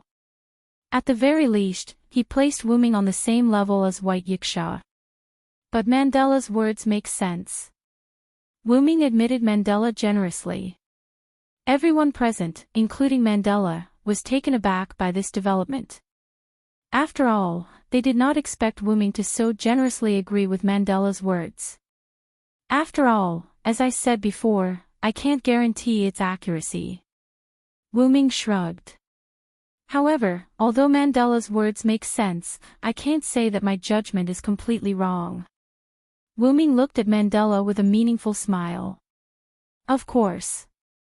In the face of Wu Ming's meaningful smile, Mandela nodded calmly. If that's the case, then Salamandra should prepare a response. Mandela looked at Wu Ming, who had a strange smile on his face, and nodded his head in agreement. Then, the meeting ended. Because it was almost time, No Name used Wu Ming's portal to return to the Eastern District. Mr. Villo, did something happen between you and Mandela? As soon as they came out of the portal, Black Rabbit asked Wu Ming. Whether it was Shadora and the others from Salamandra or Ren and the others from No Name, they all saw that something was not right between Wu Ming and Mandela. Especially when Wu Ming looked at Mandela with a smile, even Lily, who did not have much strength, felt that something was wrong, let alone the others. Nothing, I just told Mandela that I only knew about his plan. Wu Ming came to a sofa and sat down. Wu Ming's portal opened in a large room similar to a living room, so there was a sofa for sitting. This was an ordinary living room, but because no one would come here, it became the room where Zhou Yuki, Hiroi Biao, and the others had tea parties. What do you mean? Zhou Yuki asked. As she said that, Zhou Yuki also found a sofa and sat down. The others did the same. However, Wu Ming was not in a hurry to explain. Instead, he looked at 16 Knights, who was as smart as Wu Ming. 16 Knights shouldn't have noticed. 16 Knights, who was also sitting on a sofa, stretched out her hands and waved helplessly. Although I could guess a little from what you said in Salamandra, I didn't have enough information. After that, 16 Knights leaned back on the sofa and held the back of her head with both hands, waiting for Wu Ming's answer. Although he liked to be a decryptor, he could accept being a spectator. In short, he was casual. It's normal that you can't guess, because I didn't say one thing just now. Wu Ming looked at everyone. You didn't say one thing. Everyone was puzzled. But is it really okay to not tell Salamandra and White Yiksha the information? Ren asked worriedly. Don't worry, Ren, I'm thinking about Mandela. Wu Ming's face showed the same smile as when he looked at Mandela. This caused everyone to be completely confused. What was going on? I saw a lot of glass paintings of the Pied Piper of Hamelin on the street. Glass paintings of the Pied Piper of Hamelin. Everyone present could not understand what Wu Ming was talking about. That is to say, if there is someone who can understand, 16 Knights will understand Wu Ming. Ha ha ha, so that's how it is. 16 Knights suddenly laughed. Everyone looked at 16 Knights in confusion and helplessness. Speaking of which, can't you guys make things clear? Don't keep me in suspense. Then, let me analyze it from the beginning, everyone, Wu Ming said. Salamandra is at a low point and is being targeted by the other class leaders in the North District. The reason is because one of the class leaders in the North District, Shadora, is too young and inexperienced. Wu Ming looked at 16 Knights and gestured for her to continue. Then, Shadora needs a chance to make a name for herself, such as defeating the Demon King or something.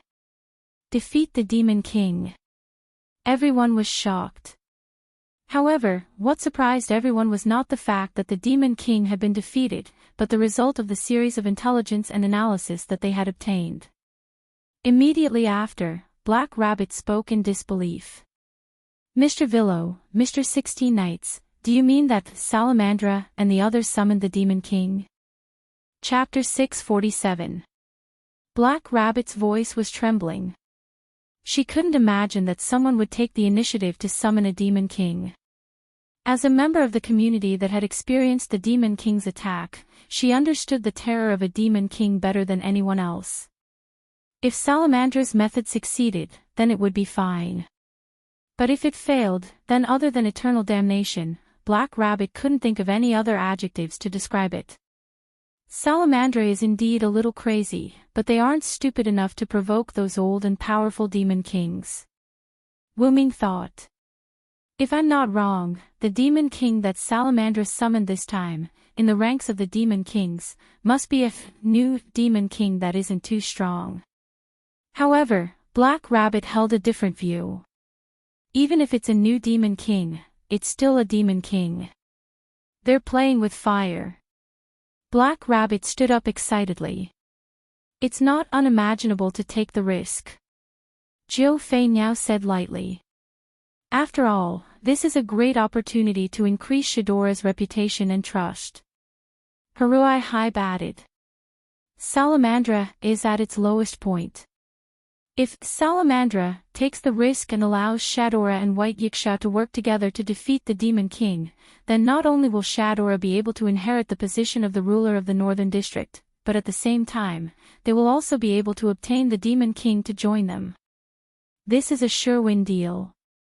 If it were me, I would do it too. 16 Knights Reversal laughed heartlessly.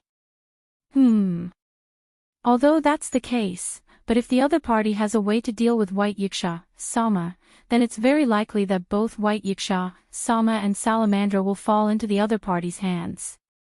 Black Rabbit looked at 16 Knights, Fei Niao, and Yao worriedly.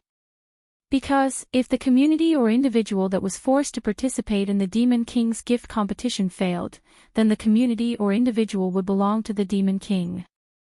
Just like No Name, 3 years ago, they were defeated in the Demon King's gift competition. Almost all of their members were forced to leave No Name. They were either bought, sold, or exiled. However, such a Demon King could still be considered kind. That was because compared to exiling and selling their spoils of war, many eccentric or irascible Demon Kings wouldn't do such a thing.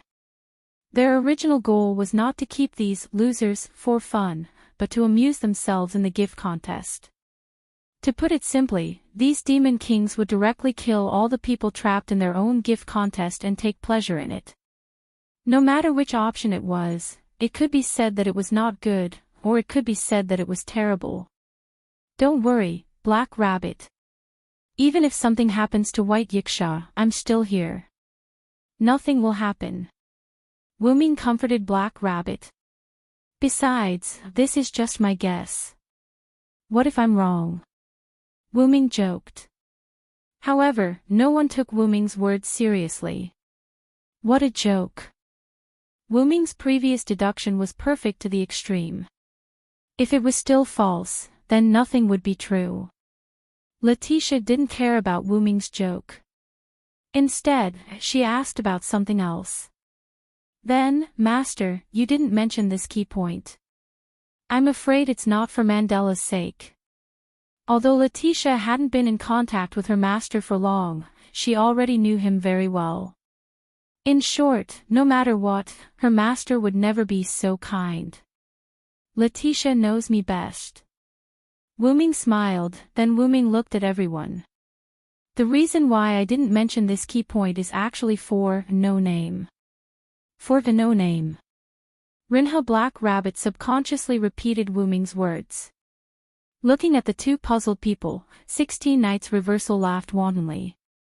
After all, our no name also needs publicity, young Master Little Munchkin, perverted rabbit. Rinha Black Rabbit came to a realization. Black Rabbit even forgot how 16 Knights Reversal addressed him. Why didn't Wu Ming say this key point in front of Shadora, Mandela, and White Yiksha? Because once he said it, not to mention Shadora and Mandela, White Yiksha alone would be able to deduce the truth of the matter with so much information. If Wu Ming said it, then the Demon King's monster attack would likely end tonight. First of all, since the Salamandra had a way to lure the Demon King, then there must be a way to get rid of it. If White Yiksha knew that Salamandra had lured the Demon King, then she would definitely strictly ask Salamandra to destroy the item that lured the Demon King here. However, even if it was destroyed, the Demon King might not choose to retreat.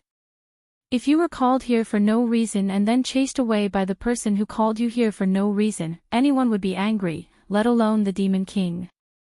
Moreover, if the Demon King was determined to attack, no one would be able to stop him.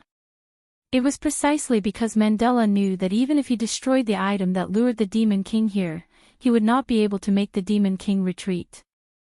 Therefore, he diverted everyone's attention and deliberately said that Wu Ming's words were not necessarily true, to make everyone lower their guard. After all, with so much information, if White Yiksha still could not find the target, then she should find a tofu and smash her head against it. At that time, it would be inevitable that the other party would lose to White Yiksha. Wu Ming did not think that the other party's method that worked on White Yiksha could be used instantly. At the very least, they would have to prepare a little. Therefore, if Pest and the others were attacked by White Yiksha, then it would basically be the end. However, Mandela would not allow it. White Yiksha could defeat the Demon King, but she could not defeat him before the ceremony began, nor could she defeat him alone. She had to be with Shadora. This was because only then could Shadora's reputation spread and allow her to inherit the position of the ruler of the North District. Wu Ming shook his head as Shadora's pure and innocent face flashed across his mind. I'm guessing that Shadora doesn't know about this yet. Mandela was the one who planned all of this. No one objected to Wu Ming's words. Although they had only interacted for a few days, whether it was Ren, Black Rabbit, and the others who had interacted with Shadora before, or 16 Knights, Flying Bird, and the others who had not interacted with Shadora before, they could all feel the kindness in Shadora's heart. It was impossible for Shadora to agree to let the Demon King attack the ceremony and consolidate her position by defeating the Demon King. Perhaps sometimes people's eyes would be deceived by others' deliberate pretense, but Shadora's kindness from the bottom of her heart could provide favorable evidence that she was unaware of Salamandra's plan this time. Seeing that everyone had calmed down, Wu Ming made a suggestion. I say, do you want to walk around the outer gate of the 54545 tonight? Chapter 648. After dinner, the group of No Name once again went through Wu Ming's portal and arrived at the North District's 54545 outer gate. Because the Fire Dragon birth ceremony was going to be held in 2 days, the night here was quite lively. The streets were filled with colorful lights, and the flow of people wasn't any worse than during the day. The gift competition that would only be held at night began in various shops, and the aroma of delicious food filled the entire outer gate of 54,545. Although the fire dragon birth ceremony hasn't started yet, it's already so lively. 16 Knights said thoughtfully. Although the fire dragon birth ceremony hadn't started yet, it was only a few days away. The nights before a large festival were usually very lively, so it wasn't wrong to be so lively a few days before the fire dragon birth ceremony. However, since Wu Ming and the others didn't look for a hotel, they chose to return to No Name through Wu Ming's portal, so No Name didn't see such a lively night scene at night. Seeing that everyone was eager to try, Wu Ming opened his mouth. Let's walk around and gather here in 2 hours. Don't get too excited and lose interest. The gift competition that's starting now is basically just an appetizer. The truly interesting gift competition will only appear during the fire dragon birth ceremony. With that, Wu Ming consciously looked at 16 Knights, Fei Niao, and Yao. I know. You're acting like an old mother. Jiu Fei Niao said casually. This made Wu Ming smile helplessly and shake his head. If it weren't for you problematic children, I wouldn't be like this. However, they were problematic children, and Jiu Fei Niao instantly found her target. Look, Yao, there seems to be a nice gift competition going on over there. Jiu Fei Niao pulled Haruai Hiroyuki's hand and pointed at the gift competition that was being held in a certain direction. Let's go and see. Haruai Hiroyuki showed a faint smile and nodded. Letitia, go with Flying Bird and the others. Wu Ming looked at the little maid beside him. After all, there was no guarantee that the Pied Piper would not attack Zhou Yuanfei again. Hence, it was safer to have Letitia, a 4-digit expert, follow Zhou Yuanfei. Other than that, there was one more thing, and that was to keep an eye on these 2 problem children. Although compared to 16 Knights, Zhou Yuki and Kasuga Yuta were weaker, their ability to cause trouble wasn't bad at all. In order to prevent the evening event from being ruined by a problematic child, Wu Ming felt that he had an obligation to help. Then, Wu Ming put his hand on Letitia's head and touched it. But don't just focus on them. You should enjoy yourself too. It's been hard on you to be a maid all this time. Letitia blushed and looked warm. Yes, Master, I understand. After that, Letitia nodded with a smile and followed behind Kubo Osaka and Haruai Biao. Then I'll go shopping too. See you guys later. 16 Knights, who had already walked a few meters away, waved his hand. Mr. 16 Knights. Wait for me. Black Rabbit angrily chased after 16 Knights in the reverse direction. She didn't dare to let 16 Knights go shopping alone. If that happened, the probability of something happening would be 100%. I'll follow them and take a look. Ren was worried as he laughed awkwardly. Then, he followed the direction of 16 Knights. As for Lily, sorry, she wasn't like the others. As the leader of the logistics team, she had a lot of important things to do, so she didn't come. So, only Wu Ming was left. However, Wu Ming didn't want to go shopping. That was why he asked Letitia to follow Zhou Yuki and the others, and not himself. Because Wu Ming was going to visit Mandela in Salamandra tonight. Of course, it was a secret visit. With that in mind, Wu Ming looked in the direction of Salamandra's base. Salamandra's base, Mandela's office. Mandela was dealing with documents. Coincidentally, Shadora was also dealing with documents in her own office. Because of Shadora's immaturity, there were some documents that Shadora couldn't solve, or some documents that needed to infringe on the interests of the community. Mandela took them and dealt with them personally. Or rather, he acted as the bad guy. But after all, there were only a few such documents, so Mandela only needed to deal with them for a short while before he finished them. Closing the last document, Mandela put it aside. Sigh. Mandela lowered his head and sighed. He put his hands on the table and held his forehead. It could only be said that this scene was rare because Mandela had always been full of dignity in front of outsiders in Shadora. "We have to get Shadora involved," Mandela said with a frown. If anyone were to see Mandela's frown now, they would probably be shocked. Wu Ming was one of the people who was surprised. "I think your plan has a higher chance of failure." "Who is it?" The sudden voice made Mandela instantly pull out the sword that never left his side even when he was sleeping and looked around vigilantly.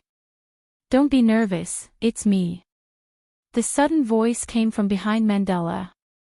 Mandela quickly and cautiously turned his head and saw a young man with black hair and red eyes. "Villo. Sir. Why are you visiting so late at night?" Although he saw that it was an acquaintance, Mandela was even more uneasy. Because the person in front of him most likely knew about his plan, and he was someone he couldn't afford to offend, whether in terms of strength or influence. He had experienced the other party's strength, and the relationship between the other party and White Yiksha didn't seem like ordinary friends, which made him feel inferior. "Don't be so nervous, Mandela. I'm not here to trouble you." Wu Ming put away an epic-level aura concealment item in Yggdrasil, went around Mandela's office, and sat on the chair in front of the desk. Mandela didn't say anything, but he put away his sword. Because he knew that it made no difference to the other party whether he held the sword or not. Then, Mandela sat down in his chair, facing Wu Ming. Seeing that Mandela sat down but didn't speak, Wu Ming began to tease him. "But I didn't expect you to be so considerate of Shadora. I thought you just wanted to cultivate a puppet leader." "I never thought that way. Shadora, who has the perfect bloodline, is the rightful heir of Salamandra." Mandela slammed the table and stood up as if he was insulted. Wu Ming didn't care about Mandela's anger at all, and waved his hand casually. "Whatever you say, I don't care at all. I only care about one thing, and that is our no name." Wu Ming's words calmed Mandela down. He knew very well that Wu Ming was here to negotiate with him. And the bargaining chip was that Wu Ming didn't expose him during the day. Then, Wu Ming went straight to the point. "I won't bully you. We, no name, will take most of the credit for dealing with the Demon King." Chapter 649. Then, Mandela's face instantly darkened. "Impossible." Mandela's face darkened as he tried to control his irritable heart. He felt like he was being bullied. "Let me put it this way. Even if you don't have this opportunity, with me around, no name will definitely not lack any opportunities." Wu Ming narrowed his eyes and looked at Mandela rather arrogantly. When Wu Ming said this, Mandela knew that his plan was almost completely exposed in Wu Ming's eyes. So, all Mandela could do now was accept it passively. Mandela had to admit that Wu Ming's words were indeed true. Even though no name seemed to be in a worse state than Salamandra, that was not the case at all.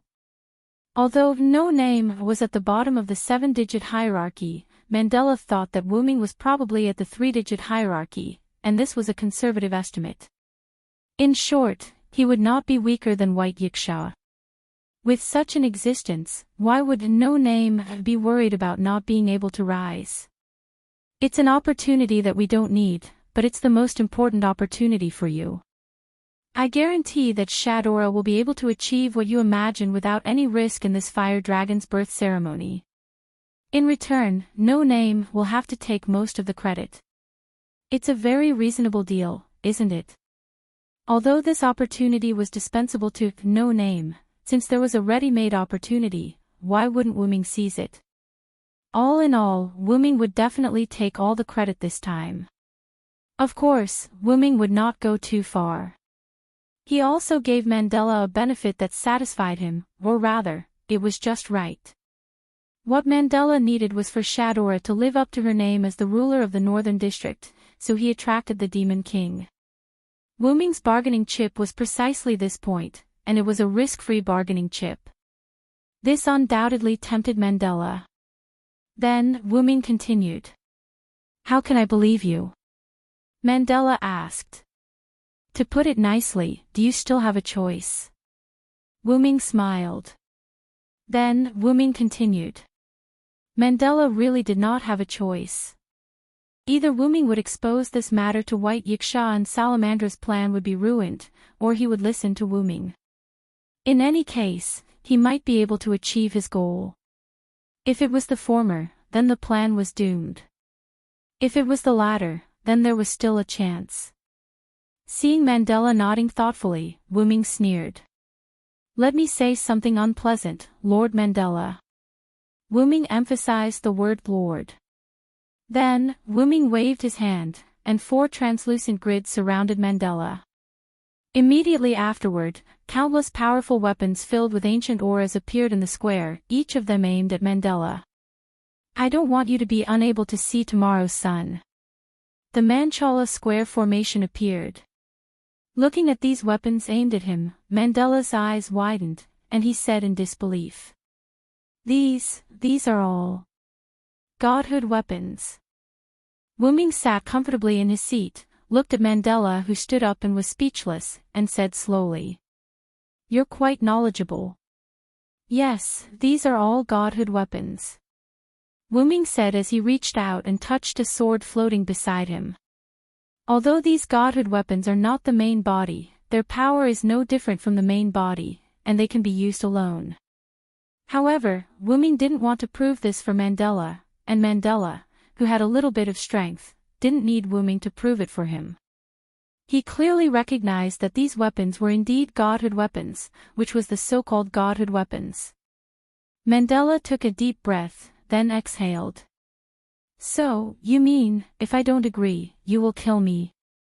If you want. Wu-Ming looked at Mandela with a smile. Wu-Ming was not a pushover. He could even take on the Supreme of Nazalic without hesitation. Killing a 5-figure community's second-in-command, Wu-Ming didn't have the slightest psychological burden. Just like that, Wu-Ming and Mandela didn't speak anymore. After a while, Mandela sighed. I hope you can keep your word. Mandela looked deeply at Wu-Ming, and he chose to compromise. Humph. At least I won't unilaterally abandon my allies. Wu-Ming responded sarcastically. Wu-Ming said as he put away Manchala square formation. In the entire Salamandra, only Shadora doesn't know about this, so, based on Mandela's words, it seemed that not only the higher-ups of Salamandra knew about this, but even the lower-level members seemed to know about it. Of course I know. With Shadora's personality, how could she agree to your approach? Wu-Ming looked at Mandela with an unpleasant expression. However, even so, he couldn't deny that his behavior this time was playing with fire, and it was the kind that burned everyone together. If it weren't for Shadora, Salamandra would no longer exist. There was no need to doubt that Wu-Ming had such strength. Then, Wu-Ming gave Mandela a cold look, then turned around and went to the window. You don't need to do anything, just wait quietly. Wu-Ming finished speaking, and his figure instantly disappeared from the window. Looking at the swinging window, Mandela sat down and closed his eyes. On the street, Wu-Ming, who had blended into the crowd at some point, followed the flow of people and admired the surrounding scenery, but his thoughts were elsewhere. To be honest, after Wu-Ming knew the truth, he had the urge to kill Salamandra. Salamandra collectively held the fire dragon birth ceremony under the premise that the demon king would attack the fire dragon birth ceremony. As for the invitation, no name, it was only after White Yiksha asked Salamandra and received a definite answer that he was invited. This meant that, no name, and the community of 54,545 Outer Sanctum had been placed in the position of Salamandra as a bargaining chip in the wager. There were only 2 kinds of people who could do this. One was that they would definitely win, and Salamandra obviously didn't have this kind of mentality. The second was that Salamandra didn't care about the safety of the bargaining chips they used as gambling chips. After all, if they lost, Salamandra would also be confiscated by the Demon King along with the bargaining chips. However, this was not an excuse for the other party to use no name as a chess piece. Imagine, if the community that came was not, no name, but another community, then what would the result be if White Yiksha was defeated or trapped by the other party using a special method? They would all be wiped out. However, there were no ifs. This time, no name came. Wu Ming admired Mandela's courage, daring to use him and his community as chess pieces. Salamandra. However, in Wu Ming's opinion, Mandela was just tired of living. However, seeing that Wu Ming had a good impression of Salamandra, and that she didn't know about it, Wu Ming still let Salamandra go. However, the price was that the big credit this time was basically all taken into no-name assist. While it can be considered as spending money to avoid disaster, Wu Ming stopped thinking about this matter. At this time, a voice sounded. "Ah, isn't this Villo? What a coincidence." Chapter 650. Wu Ming looked towards the source of the voice, and saw a red dress. Flying bird. Wu Ming was slightly surprised. That's right, it was Zhou Yufei. How did you get here? However, Zhou Yufei frowned in dissatisfaction at Wu Ming's nonsensical words. What do you mean, how did I get here? Didn't you send us here using the teleportation gate? Are you having a fever? Zhou Yufei said as she reached out her hand towards Wu Ming's forehead. The naturally smooth and tender hand touched Wu Ming's forehead. Because of the temperature in the North District, this tender hand gave Wu Ming a cold feeling. It's not hot. Zhou Yufei said with a serious expression. Wu Ming waved his hand and slapped Zhou Yuasuka's hand away from his forehead. Please, how could I have a fever? Wu Ming smiled helplessly. The reason why Wu Ming was surprised when he saw Zhou Yufei was because he was interrupted while he was deep in thought, and realized that it was someone he knew. It was like a person who was in a light sleep suddenly being woken up by someone. Even if it was someone he knew, he would still be shocked. As for his spirit, Wu Ming would not release it if it was not necessary. Firstly, it would be tiring, and secondly, it would cause trouble. Furthermore, Wu Ming was deep in thought, so Zhou Yufei did not approach him. That's true. How could a spirit have a fever? Zhou Yufei nodded in realization. He did not expect Zhou Yufei to be so natural. He shook his head and stopped thinking about it. Speaking of which, aren't Letitia and the others with you? Why can't I see them? Wu Ming could sense Letitia's location, but it was not here. Although Letitia wasn't far from here, with Silent Land's instructions, Letitia shouldn't have left Zhou Yuanfei's side since she was taken care of by Silent Land. When Wu Ming asked this question, Zhou Yuan Flying Bird's body suddenly froze. After all, Letitia is also a girl. The festival is so interesting that it's inevitable that she would overlook it. Zhou Fei now put her hands together and smiled at Wu Ming. However, from Wu Ming's point of view, Kiyoshi and Hirohibu Yaichi must have caused Letitia to be careless for a short period of time, which led to Letitia letting Kiyoshi escape.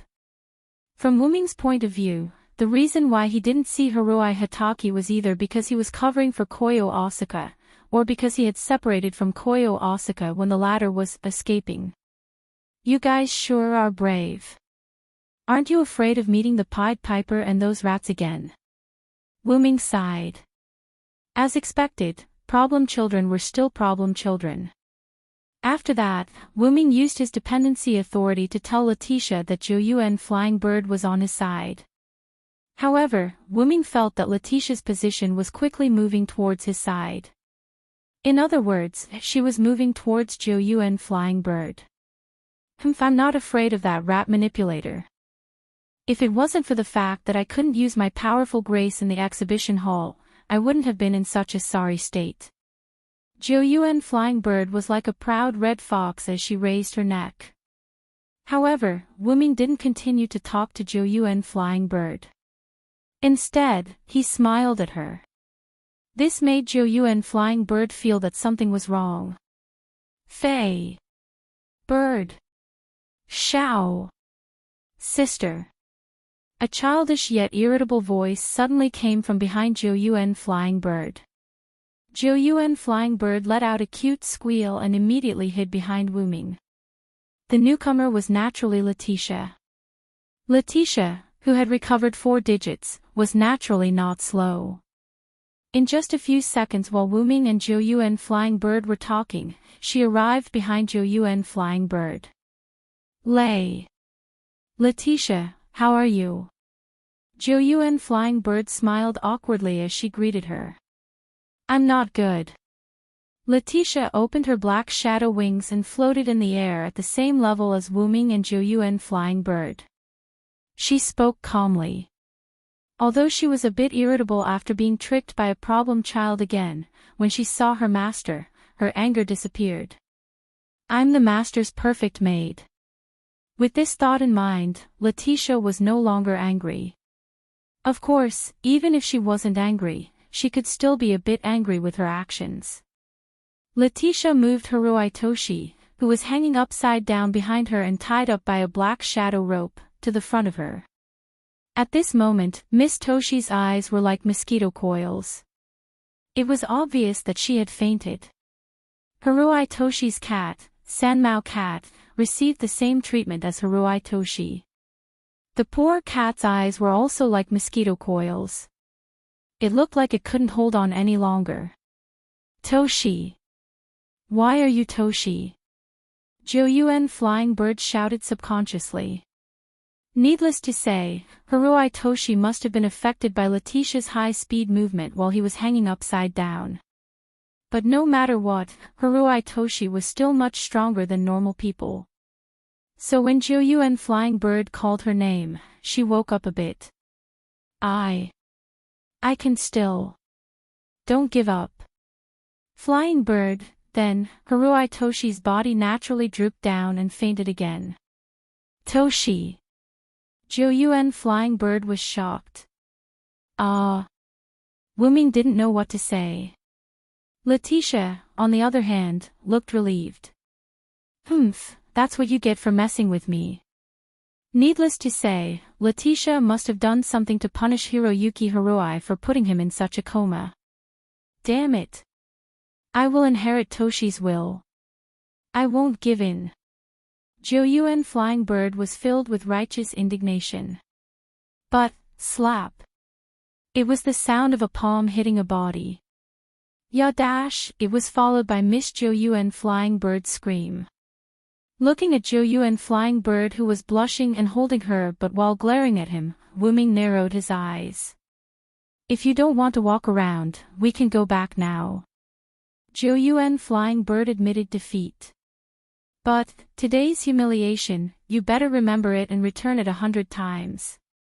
Zhou Yuan Flying Bird said viciously. Wu Ming used his spiritual energy to look at the crowd around him and shook his head helplessly. Yes, Mississippi. Let's go. Just like that, Wu Ming brought Letitia, Zhou Yuan Flying Bird, and Haruai Toshi who had woken up and was fine to walk around the night ritual. At the appointed time, the members of No Name gathered at the appointed place and returned to No Name together. Whether it was Zhou Yuan Flying Bird or Haruai Toshi, the 2 problem children were tired from playing. They took a bath with Black Rabbit and the other girls and prepared to sleep. Wu Ming and the other men weren't that tired. After saying goodbye, they went to the library to read. This caused Wu Ming and 16 Knights to be alone. The fire dragon birth ritual is about to attack. Do you have any plans? 16 Knights suddenly asked. Chapter 651. Standing in front of the floor-to-ceiling window of the No Name meeting room, 16 Knights looked at the night scenery and said to Wu Ming without turning his head. I do have a plan. I've already talked to Mandela about it. Wu Ming used the tea set to make tea for himself while replying to 16 Knights without turning his head. He's in the limelight again. I really want to teach that guy a lesson. 16 Knights laughed arrogantly. 16 Knights wasn't stupid. Compared to the other No Name members, he could be considered extremely smart. Going back in time, 16 Nights easily guessed why Wu Ming suggested going to the night ritual tonight. To be honest, even the night's sacrifice on the eve of the fire dragon's birth ceremony wasn't that interesting. Otherwise, the 3 problem children wouldn't have agreed to come back. It was impossible for Wu Ming not to know this. So why did he suggest going to the night sacrifice? Naturally, it was to give orders to Mandela. Of course, in the entire no name, only Wu Ming, who had the strength to crush them, could be called an order. If anyone else went, even 16 Nights, it could only be called a negotiation. It was very simple. It was because they didn't have the strength to completely crush Mandela. Although he was a little unwilling, 16 Nights understood that it was best for Wu Ming to go, so he didn't say or complain. Although Mandela is quite ruthless to others, he really cares about Shadora and Salamandra. Wu Ming poured the brewed tea into 2 cups and put down the teapot. What a coincidence. I'm also that kind of person. 16 Nights laughed. His smile was quite scary. Not only was Wu Ming protective, but 16 Nights was also protective. 16 Nights, who had already been recognized as a partner and community, had become the other party's chess piece. Naturally, 16 Nights was furious. Of course, this anger wouldn't be shown to 16 Nights. To put it simply, if something happened to the people in no name this time, 16 Nights would destroy Salamandra, and it would be done with a smile on its face. Similarly, Wu Ming was also such a person, but Wu Ming was even more ruthless than 16 Nights. If it wasn't for Shadora and White Yiksha, Salamandra would have been destroyed by Wu Ming. Disregarding the residents of the entire 54545 outer sect, the community, and even the other outer sect members who came to participate in the competition, and placing everyone on the chessboard with the risk of death as a bargaining chip, in Wu Ming's opinion, such a community was completely unnecessary. Whether it was lowering the number of people in the community or giving up on the title of the Northern District's ruler, there were so many options, but they had to choose a risky one that would either succeed or die trying. Moreover, it was a method that would drag everyone down with them. This was enough for Wu Ming to personally deal with them. Wu Ming wasn't someone who liked to casually slaughter others, but in the face of such a community, Wu Ming had a clear conscience. However, it was precisely because Wu Ming wasn't someone who liked to casually slaughter others, and because he saw that Salamandra had a kind and immature leader with great potential, Wu Ming gave up on this idea. He believed that Shadora, who gradually took over the ownership of Salamandra from Mandela, would be able to manage this community well and wouldn't drag everyone down with her to die trying this time. Mandela has already compromised. What they've done this time has instead made a wedding dress for our no name. Wu Ming chuckled softly and took a sip of his tea. Oh. What do you mean? 16 Nights asked. Wu Ming told 16 Nights about his conversation with Mandela. We took most of the credit. Does that mean that the Demon King also gave us full authority to deal with? 16 Nights' eyes lit up. Something like that. Wu Ming nodded. Although Salamandra's approach was inhumane, since things had already come to this point, they couldn't waste it. Then, they would leave it to no name to accept. Well done, little brother. 16 Nights turned his head and made a great gesture to Wu Ming. But don't be happy too early. If the other party can't trap White Yiksha and let him make a move, then we won't have a chance. After all, it was already so obvious. If White Yiksha didn't make any preparations, then it would be too embarrassing. Then I'll have to look forward to it. 16 Nights joked, then walked to Wu Ming's side, picked up the cup of tea that Wu Ming prepared for him, and drank it in one gulp. The tea is good. Time to sleep. 16 Nights waved his hand and left the conference room. Gotcha, the sound of the door closing meant that only Wu Ming was left. Slowly sipping his tea, Wu Ming looked out the window, admiring the night view. I wonder if those people will come to join in the fun. As for Pest's claim that no one told her about Wuming, but she wanted to see Wuming herself, Wuming was skeptical. Wuming felt that there must be a mysterious group of people behind this. The ceremony this time might not be as simple as I thought it would be. The night passed quietly. Time flew by quickly. 2 to 3 days later, the opening ceremony of the Fire Dragon Birth Festival was successfully held. Although it was an opening ceremony, as the host, Shadora only announced the start of the Fire Dragon Birth Festival. Due to the large number of people, Shadora merely spat out flaming words in the sky and used a special blessing to spread her words. She didn't summon anyone to explain it. The opening ceremony was peaceful, which made White Yiksha feel relieved. Usually, there were only 3 important parts in a festival: the opening ceremony, the closing ceremony, and the grandest gift competition. Since the opening ceremony was fine, then the other party must be planning to attack during the grandest gift competition or the closing ceremony of the Fire Dragon Birth Festival. However, the other communities didn't know about this, so they were immersed in the joyous and grand festival. Although Salamandra was a little worried, they basically appeared at the various gift competitions as guards. Their serious expressions didn't let others see anything, and they just treated it as professionalism.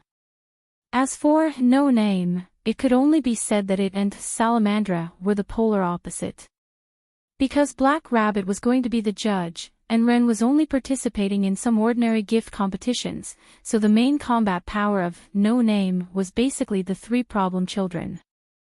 Because the 3 problem children frequently won with their strength, many people and even many communities remembered that the 3 of them were from the No Name without a name.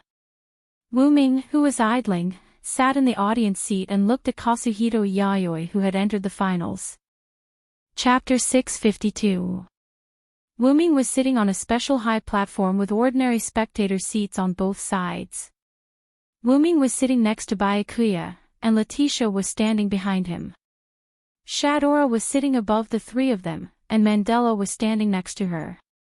There were some lizard or viper guards around the high platform. Looking at the guards and the people sitting here, it was obvious that this was the organizers' viewing platform. Why was Wuming here? Whether it was as a member of No Name, who had joined forces with Salamandra, or based on his own strength, Wuming was qualified to sit here. The reason why only Byakuya and Letitia were next to Wuming was because the others were helping other people. Black Rabbit was refereeing and commentating at the gift competition in front of them. Ren also participated in some not-so-strong gift competitions. Lily, who came along, went to support Ren. Reverse 16 Knights and Jiu Yuan Fei Nya were also participating in other gift competitions. Don't doubt, the gift competition at the Fire Dragon's birth ceremony was beyond everyone's imagination. The 3 problem children had been participating in the gift competition for the past 2 days. Although the powerful, slacking, Wuming wasn't going to participate in the gift competition, it didn't mean that he didn't pay attention to it. Regarding the 3 problem children participating in the gift competition, Wuming could be said to have watched almost every match. Of course, that was under the condition that there was no conflict. Then, why did Wuming come to watch Hiroi Hibiya's competition? It was because this was a special gift competition. This gift competition was the biggest type of gift competition at the Fire Dragon's birth ceremony, so Shadora would be there. This was also the reason why Black Rabbit would host this gift competition.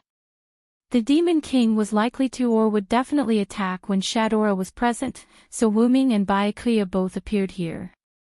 And Hiroi Hibiya came to participate because Byakuya got rid of him. This gift competition was called the Showdown of the Creator. Only those who possessed a creation-type gift that could be used permanently could participate. And Hiroi Hiroyuki happened to possess a creation-type gift that could be used permanently, the Catalog of Life. Therefore, White Yiksha invited Hiroi Hiroyuki to participate in this gift competition. Due to his interest in the fact that White Yiksha had gotten rid of him, Kasuga Biao participated in the gift competition. He cleared all the obstacles and reached the semi-finals. Hiroi Biao's opponent was a huge stone man. Silent did not understand the rules of this gift competition, or rather, he did not want to understand. He knew that as long as he defeated his opponent, it would be fine. However, it was not difficult for Hiroi Hiroyuki, whose enemy was the stone giant. The stone giant in front of Hiroi Abe waved its huge arm and punched Hiroi Abe. Then, with a light jump, Hiroi Hiroyuki flew into the air, or rather, stood in the air. After participating in White Yiksha's gift tournament, Hiroi Hibe gained the friendship of a griffin and obtained the griffin's power. Thus, Hiroi Hibe could walk on air. Boom! The stone giant's arm slammed into the ground, causing the ground to shake. However, there was no damage to the specially reinforced ground. Because of inertia, the stone giant couldn't quickly retract its fist from the ground. At this moment, the stone giant's body was slanted. However, Hiroi Hiroyuki wouldn't let go of this opportunity. Or rather, he was waiting for this opportunity. Hiroi Hiroyuki jumped lightly and instantly appeared behind the stone giant. Then, he gathered the power he obtained from the elephant into his feet and kicked the stone giant's back. Boom! Hiroi Hiroyuki's boots made contact with the stone giant's back, creating a loud boom. Then, the stone giant fell forward and fell to the ground, unable to get up again. Then, Black Rabbit, who had been waiting for a long time, announced excitedly. The winner is no name, Hiroi Hiroyuki. Oh! The whole audience screamed. The audience didn't care about the origin of the winner. They just wanted to see a good match. Hiroi Hiroyuki, who defeated his opponent, won the audience's approval. Thus, they cheered for the winner, Hiroi Hiroyuki. Wuming didn't have any doubts about Hiroi Hiroyuki's victory. Although Hiroi Hiroyuki wasn't as strong as Wuming and 16 Knights, it didn't mean that he was weak. Before coming to Hakata, Hiroi Hiroyuki had a large number of animal abilities. After coming to Hakata, Hiroi Hiroyuki also obtained the ability of phantom beasts. Hiroi Hiroyuki's ability to fly was the most obvious example. Hiroi Hiroyuki's effortless victory was already proof of his strength. What a beautiful attack! Byakuya, who was beside Wuming, praised. Miss Hiroi Hiroyuki is indeed very strong. Shadora also agreed with Byakuya. Her tone wasn't flattery, but admiration from the bottom of her heart. Although Hiroi Hiroyuki had a rather advanced gift, the Vital Catalog, Hiroi Hiroyuki was an ordinary person. He was even a sick person who couldn't get out of bed before receiving the Vital Catalog. It wasn't that Hiroi Hiroyuki relied on the Vital Catalog to become strong, but Hiroi Hiroyuki used the Vital Catalog's ability. The Ancient Flying Bird's gift was also quite powerful, but due to lack of training, the Ancient Flying Bird's ability wasn't that strong. Even other people, or even other races stronger than humans, wouldn't be able to reach Hiroi Hiroyuki's level if they didn't work hard with the Vital Catalog. That was why Shadora praised Hiroi Hiroyuki. Wuming was quite pleased with Shadora's praise. After all, Hiroi Hiroyuki was a member of No Name. However, he couldn't delay the important matters. Alright, Your Highness Shadora, this is the end of the semifinals. It's your turn to speak. Wuming said to Shadora. Wuming was right. This gift competition called Showdown of the Creator was the grandest gift competition in the Fire Dragon's Birth Festival. Shadora needed to speak for the semifinals. Shadora nodded nervously, then took a deep breath and walked to the front of the stands. I'll take my leave first. Wuming stood up when Shadora walked to the front and walked to the exit with Letitia. Although it wasn't in line with etiquette, for some reason, he didn't dare and couldn't refute Wuming. However, even if he didn't speak, someone else spoke. That's a bit too much, kid. White Yiksha looked at Wuming. No matter what, you're still a person of status. Can't you sit down and wait for her to finish? However, White Yiksha was just putting on an act. She didn't think that Wuming, who was half a problem child, would listen. However, Wu-ming was seriously thinking. That's true. Wu-ming nodded. Then, Wu-ming looked at Letitia. Letitia, you sit down in my place. Ha! Chapter 653. Hearing Wu-ming's nonsensical words, Shadora, who stood at the front, almost knelt down in front of Wu-ming. But she was still the leader of the northern district, so Shadora still steadied herself and walked to the front.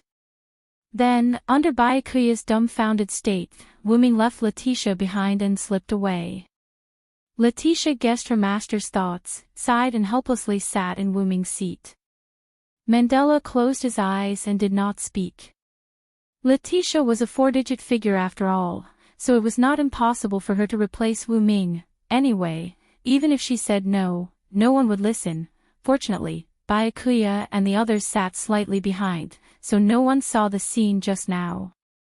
Then, Shadora began to speak about the showdown of the Creator finals. Wu-ming naturally wouldn't listen. He could only say that Shadora was now a qualified leader. Although she couldn't speak as long as the principal, she could speak a little bit. Wu-ming had a deep understanding of this during the opening ceremony of the fire dragon's birth. Therefore, Wu-ming left in advance. Wu-ming came to the exit of the contestants. Although there were guards from Salamandra, because they knew Wu-ming, they didn't stop Wu-ming. Just like that, Wu-ming waited for Haruai Hibuya here. Because Shadora's speech was at the end of the semi-finals, she didn't say much, and the speech ended quickly. Haruai Hibuya walked out of the intersection with Sanmao in his arms. Wu-ming had been waiting for a long time. Villo. Haruai Hibuya was a little surprised when he saw Wu-ming. What, you didn't expect me to come? Wu-ming asked with a chuckle. A little. After all, our relationship isn't good enough for you to pick me up alone, right? Haruai Hibe tilted his head and looked at Wu-ming. In the relationship between the three problem children and Wu-ming, the first thing to talk about was Wu-ming and 16 Nights. Because of the Pact of Brawl, and the fact that both of them were wise men, the relationship between the two of them was quite good. Although it was not to the extent of being sworn brothers, it was much better than ordinary friends. And because Wu-ming had indirectly solved the problem of Distant Flying Bird's blessing, the relationship between Distant Flying Bird and Wu-ming was quite good. Only Haruhi Masaaki and Wu-ming were not as close to each other as Reverse 16 Nights and Zhou Feinyao. The two of them were just partners in the same community. Besides, shouldn't Wu-ming be with White Yiksha and Shadora? Also, where did Letitia go? Several doubts filled Haruhi Masaaki's mind. Isn't it because the relationship isn't that good that you need to improve your relationship? Wu-ming joked on a whim. However, Wu-ming just didn't want to listen to a long story, so he slipped out in advance. However, Wu-ming's words made Haruhi Masaaki's face turn slightly red. His words had some lethality to Haruhi Masaaki, who had never been in a relationship before. However, seeing his young mistress being teased, the three-furred cat in Haruhi Masaaki's arms began to bare its fangs and brandish its claws at Wu-ming. Meow meow meow meow meow, how dare you tease my young mistress, this old servant wants to duel with you. Although the three-furred cat had seen Wu-ming's pressure, it was about his young mistress, so this old servant spoke without hesitation. Hey, old man, your arms and legs are old. You should retire peacefully, Wu-ming joked to the three-furred cat.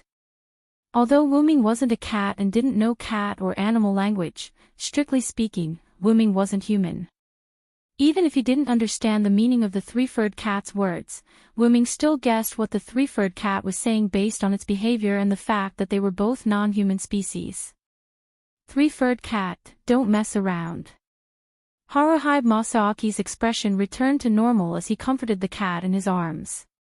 She naturally knew that Wu-ming was joking, but because everyone was busy, she was already very happy to have a partner pick her up after her competition. No Name had a high status in Haruhi Masaaki's heart.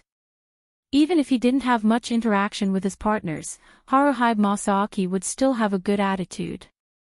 Do you want to go together? Haruhi Masaaki looked at Wuming. Of course. Wuming shrugged. Otherwise, why would Wuming wait for Haruhi Masaaki? Wuming Masaaki and Haruhi Masaaki walked side by side on the road to Salamandra. Although they could use Wuming's portal to return to No Name at night, it was still somewhat inconvenient. Therefore, when the fire dragon was born, Shadora prepared a room for No Name and the others in Salamandra. As for Lily, although she said that she still had work to do, this was a rare event. She wasn't invited by Wuming Masaaki and the others. Instead, she was rejected by the other children in the logistics department. Leave it to us. This was the children's promise to Lily, which almost made her cry.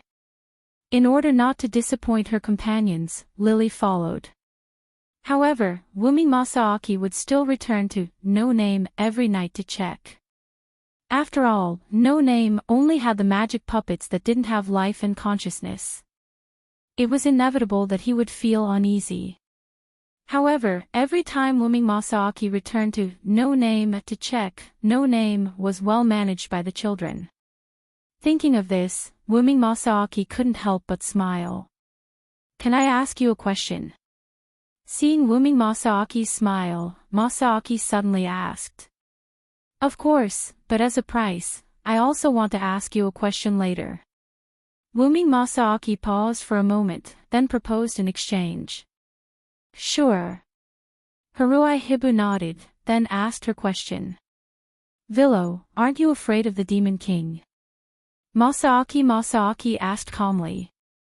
Through past conversations, Masaaki knew that Wuming Masaaki had never seen or met a Demon King in this world. Therefore, it seemed reasonable for her to ask such a question. However, in Wuming Masaaki's eyes, this was just Masaaki's worry. That's right, worry. Although Masaaki was also interested in the Demon King, it would be a lie to say that she wasn't worried. Whether it was Masaaki or Jiyuki Masaaki, these two problem children's problem level was much weaker than 16 Knights Reverse. For example, although Jiyuki Masaaki and Masaaki seemed to be interested in the Demon King's attack, they weren't as excited and expectant as 16 Knights Reverse. They were slightly worried. After all, I've encountered many powerful enemies who weren't weaker than me, so I'm not afraid. Wuming Masaaki replied. However, I still have the power to protect my companions. Wuming Masaaki looked confidently at Masaaki. Seeing Wuming Masaaki's confident smile, she, who had experienced Wuming's power, couldn't help but feel relieved. However, the bitterness in her eyes didn't escape Wuming Masaaki's eyes. What about you, Yao? Do you have something on your mind? Wuming could tell that Yao had something on his mind. Facing Wuming's question, Haruhi Kiba pondered for a moment before answering. Am I too weak? Chapter 654. Too weak. Wuming repeated Haruhibu Yachi's words. I'm wondering if I'm too weak. Haruhibu Yachi nodded, indicating that Wuming did not mishear. Why do you think so? Wuming did not stop because of Haruhibu Yachi's words as he asked while walking. The four of us came to this world together. Let's not talk about you for now. 16th Knights has the power to fight against you, and Flying Bird has also found her own path with your help.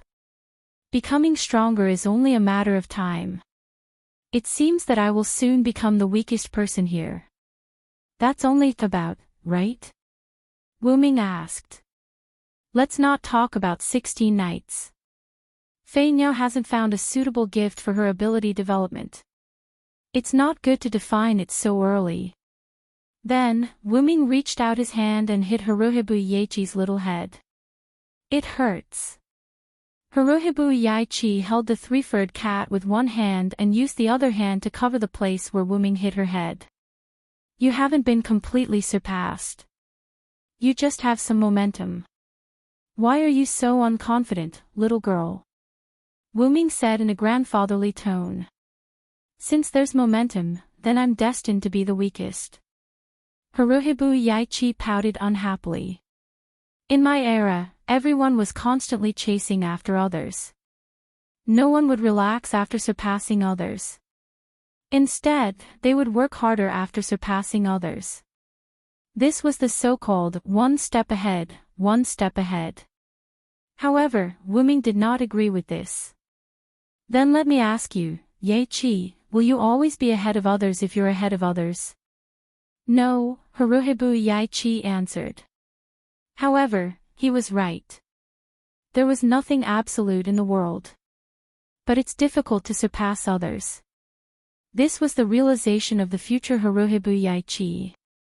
That may be the case in your era, but don't forget, this is the box court. Wuming's words made Haruhibu Yaichi stop in his tracks. What kind of existence was the box court? There were gods, demons, illusory beasts, and everything else. It was a place where all miracles existed. If you don't have the confidence to overtake them in a place like this, then I believe your father won't be able to take it either. Wuming also stopped and looked at Haruhibu Yaichi. Haruhibu Yaichi was stunned. She was bound by the ideas of her era, which were old ideas to Hakata. Now she was breaking free. Looking at the stunned Haruhibu Hiroyuki, Wuming decided to work harder. Well then, Yao, let's talk about another problem, ? Haruhibu finally reacted and looked at Wuming in confusion. I heard from Black Rabbit and the others that you came from a future more advanced than 16 Nights era, right? Haruhibu Hiroyuki nodded. This was not a secret. Because it had been a long time since a girl of the same age as Black Bunny appeared in the community, as if they had found something in common, Black Bunny would drag Haruhibu Hiroyuki and Gio Asaka together to have a tea party when she was free to deepen the girls' relationship. Of course, sometimes Letitia would be dragged in as well. The news that Haruhibu Hiroyuki came from the future was accidentally revealed by Black Rabbit when they were in the community. Gio Asaka came from the era just after World War II, and 16 Nights is from the 21st century. As for you, you come from a future more advanced than 16 Nights era. This was the news that Wuming had accidentally heard. This explained why Gio Asaka was so conservative. They are both chosen children of their respective eras, Haruhibu Hiroyuki said with relief. Indeed, whether it was Gio Asaka from the era just after World War II or 16 Nights from the 21st century, their respective abilities were especially advantageous for their eras. However, in Haruhibu Hiroyuki's future, Haruhibu Hiroyuki's abilities were not so magical. Flying in the sky was possible with the support of technology. Great strength was possible with the support of technology. Superhuman speed was possible with the support of technology. Even lifespan was possible with the support of technology. Therefore, Haruhibu Hiroyuki, who could obtain the abilities of animals, was not like a chosen child in her own era. In my era, I was just an ordinary person who endured the torment of illness. If it wasn't for the gift that my father gave me, I'm afraid I would still be lying in bed. Haruhibu Hiroyuki said softly as he picked up the wooden carving on his neck. Hiroyuki, don't underestimate the gift that your father gave you. Wuming shook his head. You should know that this thing can turn into a crazy chimera if it's not used properly. Although Wuming didn't know about the genome tree, White Yiksha did. White Yiksha said that people who once had part of the genome tree all became chimeras in the end. Haruhibu Hiroyuki's gift was the complete version of the genome tree, but Haruhibu Hiroyuki didn't show any signs of becoming a chimera. You, who can freely use this power without suffering any backlash, are not much worse than 16 Nights and Flying Bird, the two chosen children in your eyes. Perhaps the reason why Haruhibu Hiroyuki didn't suffer any backlash was because he only obtained the abilities of ordinary animals, but who knew if Haruhibu Hiroyuki was a talent that was buried in her era.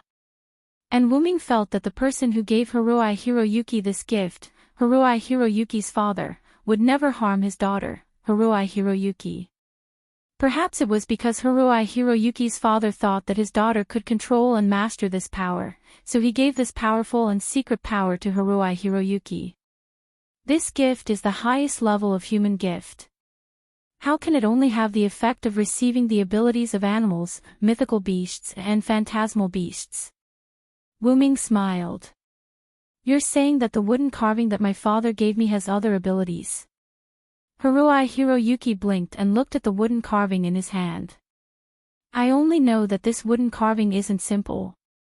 You'll have to explore the rest yourself. Wu Ming smiled and shrugged. The reason why 16 Nights is strong is because he doesn't have much room to grow. At least compared to you, he doesn't have much left. Wu Ming joked. And Jo Yuki hasn't surpassed you yet. Before she does, why don't you surpass her first? Even so, let's not talk about the abilities that I haven't discovered yet. Currently, I can only obtain their abilities by making friends. Haruai Hiroyuki had made friends with almost all the ordinary animals, so their abilities were naturally obtained by him. Then, the only targets left were phantasmal beasts, mythical beasts, and the like. But even in Hakata, how could it be so easy to meet phantasmal beasts and mythical beasts? It was thanks to Byakuya that he was able to make friends with Griffin. Wu Ming smiled at Haruai Hiroyuki's question and then said, "Let me ask you." Then let me ask you, Yao. After this heart-to-heart talk, are we friends? Haruai Hiroyuki nodded subconsciously, but she suddenly froze. Seeing the stunned Haruai Hiroyuki, Wu Ming smiled. I'll help you collect information about your opponent. Wu Ming waved his hand and disappeared from Haruai Hiroyuki's sight. Haruai Hiroyuki, who was left holding the three-furred cat, stood on the street and looked at his hands. Friend. Chapter 655. The finals of the Showdown of the Creator was not held immediately the next day. It was set to be held 5 days later. After all, it was the grandest and most lively gift competition of the Fire Dragon's birth ceremony. How could it end in a hurry? It naturally had to be delayed for a few days. In the next few days, because Shadora had to attend some gift competitions, Wu Ming and White Yiksha had been accompanying her. Renhe Lily also participated in a few gift competitions. After receiving a lot of rewards, she stopped participating in the gift competitions and accompanied Shadora to attend the gift competitions like Wu Ming. Although it was said that Renhe Lily participated in the gift competitions, it was basically Ren who won all of them by himself. Ren was indeed very weak, but that was in the past. Ren was now very strong. Ren had a special gift called Elf Servant. Its function was to summon spirit races that had formed a subordinate relationship with him, including star spirits, elves, and demons, and order them around. This gift didn't seem to be anything special, because even without this gift, one could still sign a contract with others and become a contractor and a contractor. However, this gift wasn't as simple as it seemed. It was rather special. Under normal circumstances, if the controlled person was stronger than the master he contracted, there would be a problem.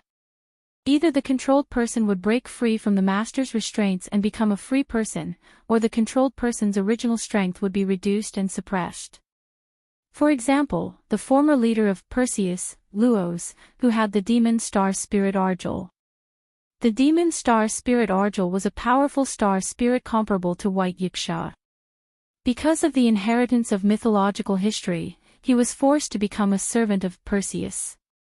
However, because Perseus couldn't completely control Argel, he imposed shackles on him and reduced Argel's ability. That was how he was able to control Argel.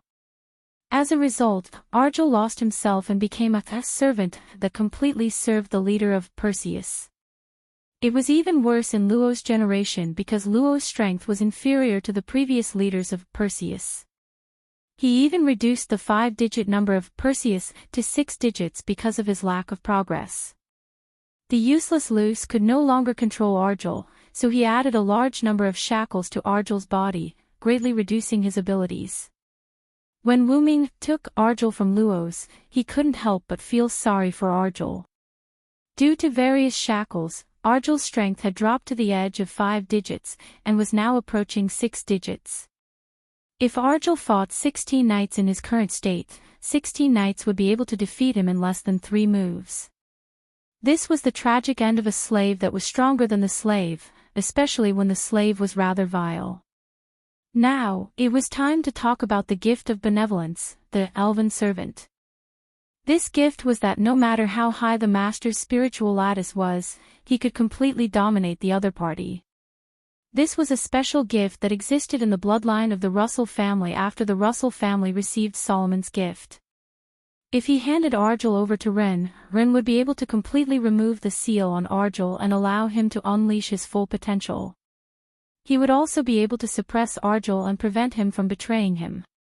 In fact, that was what Wuming did. The powerful astral spirit, Arjul, who could petrify a planet and unleash its full power, had become Ren's slave. At first, Ren was unwilling to accept it no matter what. However, under Wuming's persuasion, Ren still refused to accept it. As a last resort, Wuming set up a gift competition for Ren, which allowed Ren to obtain Arjul. Of course, Wuming did not show any mercy to Ren, because mercy was an insult at this time. Therefore, Wuming designed a gift competition that did not exceed Ren's limits based on his strength. Ren also completed Wuming's gift competition with outstanding results. After obtaining Arjul, Ren's strength also rose from the bottom of no name to the top of no name. After all, regardless of whether the slave was alive or dead, it was considered a personal gift. Just like Letitia, although she was a 4-digit powerhouse, she was also Wuming's slave. In other words, she was Wuming's personal gift. In short, no name did not waste Perseus at all.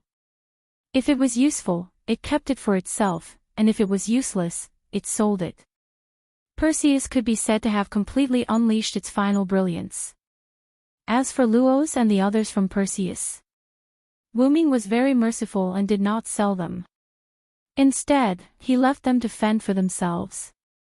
After provoking no name, they still wanted to live well. Not selling them was already considered merciful. To be honest, if it was not for Wuming wanting to maintain his amiable image in no name, how could he not remove the root of the problem? However, not being ruthless allowed Wuming's reputation in no name to increase by quite a bit. Wuming's vague position as the leader of no name was the best proof. In name, Ren was the leader, but in some important matters, Ren would seek Wuming's opinion. Because 16th Knights was not as strong as Wuming, he often gave the limelight to Wuming. However, Wuming really did not want to be the leader, so Wuming chose to avoid certain matters. Just like when Haruhito Hiroyuki won the Creators Showdown finals, Wuming ran away when Shadora was speaking. Only when Wuming was not there, Ren would truly take on the responsibility of being the leader. After all, with the Devil Star Spirit, Ren was not weaker than anyone in no name. However, because Ren did not use Arjul, in the eyes of outsiders, he was still the weak Ren. Therefore, Ren chose to participate in some of the less powerful gift competitions. In order to highlight Ren's existence, Wuming did not appear in the VIP seats. However, Wuming was still there. Because if nothing unexpected happened, today would be the day of the demon's attack. As if she had decided to appear at the end, the demon king, Pest, did not appear. 5 days passed peacefully during the fire dragon's birth ceremony. On this day, the gift competition that Shadora needed to participate in was the Creators Showdown finals. This was also the last gift competition that Shadora needed to participate in. If Pest did not appear, she would completely miss the opportunity. White Yiksha was very vigilant, and Wuming was also vigilant in the surroundings. Even Reverse 16th Knights and Distant Flying Bird did not participate in other gift competitions on this day. Instead, they chose to sit together with White Yiksha and Wuming in the VIP seats with Shadora. In the contestant passage, Wuming and Haruhito Hiroyuki gave their final instructions. Then, Wuming took Sanmao from Hiroyuki's hands. "I've told you all the information about your opponent. Don't disappoint me, Hiroyuki." Hiroyuki nodded with incomparable confidence. Yes, I will definitely win, my friend. Chapter 656. Wuming watched as Haruhi Toshiaki entered the arena alone. The rules of the Showdown of the Creators clearly stated that the participants were allowed to bring one assistant with them. They could only bring one assistant. Of course, it did not state that they had to bring one assistant with them. They could also choose not to. It was quite humane, was it not? Naturally, Haruhi Toshiaki would choose the latter.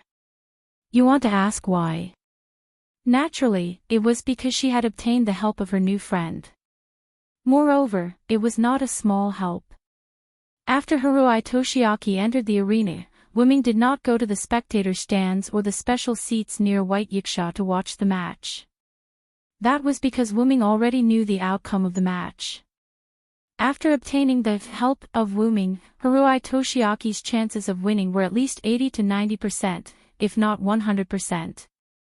After all, regardless of whether it was Wuming's abilities, they were all very powerful. Hence, Wuming was not worried about Haruhi Toshiaki at all. However, Wuming would not stay here and do nothing.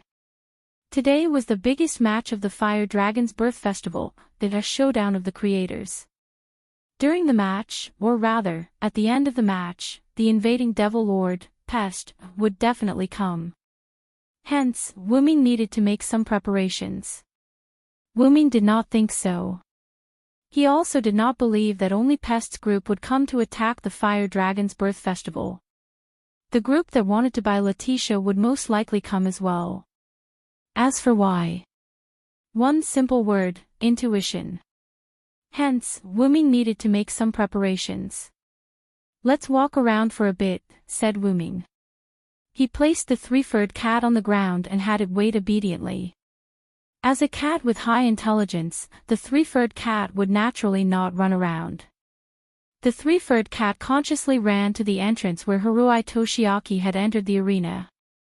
It watched Haruhi Toshiaki's match. This cat.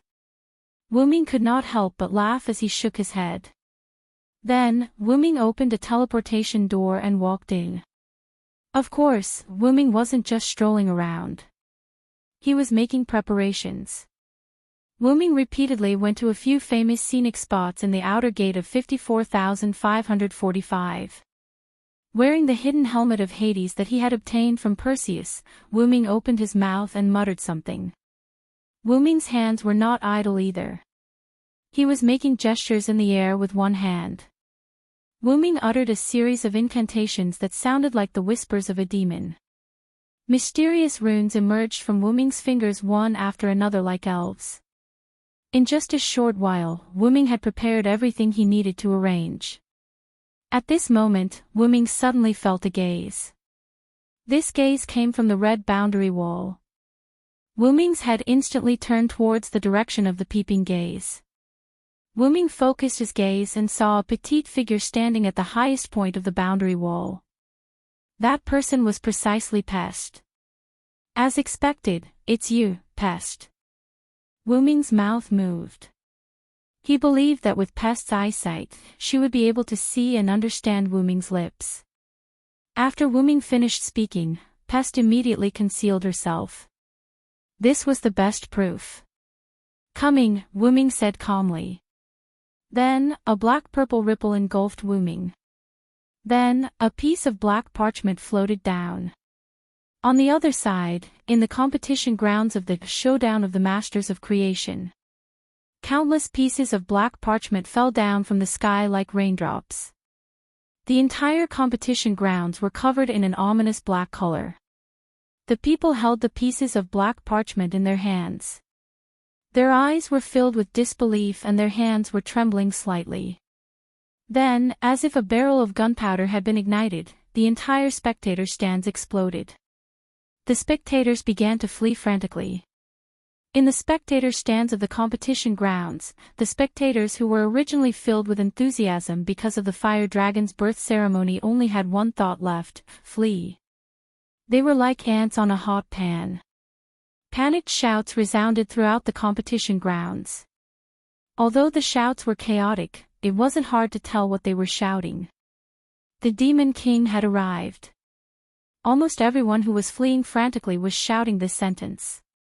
There were also a few negative sentences like "run," "we're dead meat," and so on. However, there were still people who didn't panic. For example, Salamandra, who already knew that the Demon King would come. "Hurry! Immediately calm the crowd at the exit and calm them down," Mandela sternly commanded the soldiers beside him. They began to carry out emergency rescue to alleviate the fear brought about by the Demon King. Shadora wasn't idle either.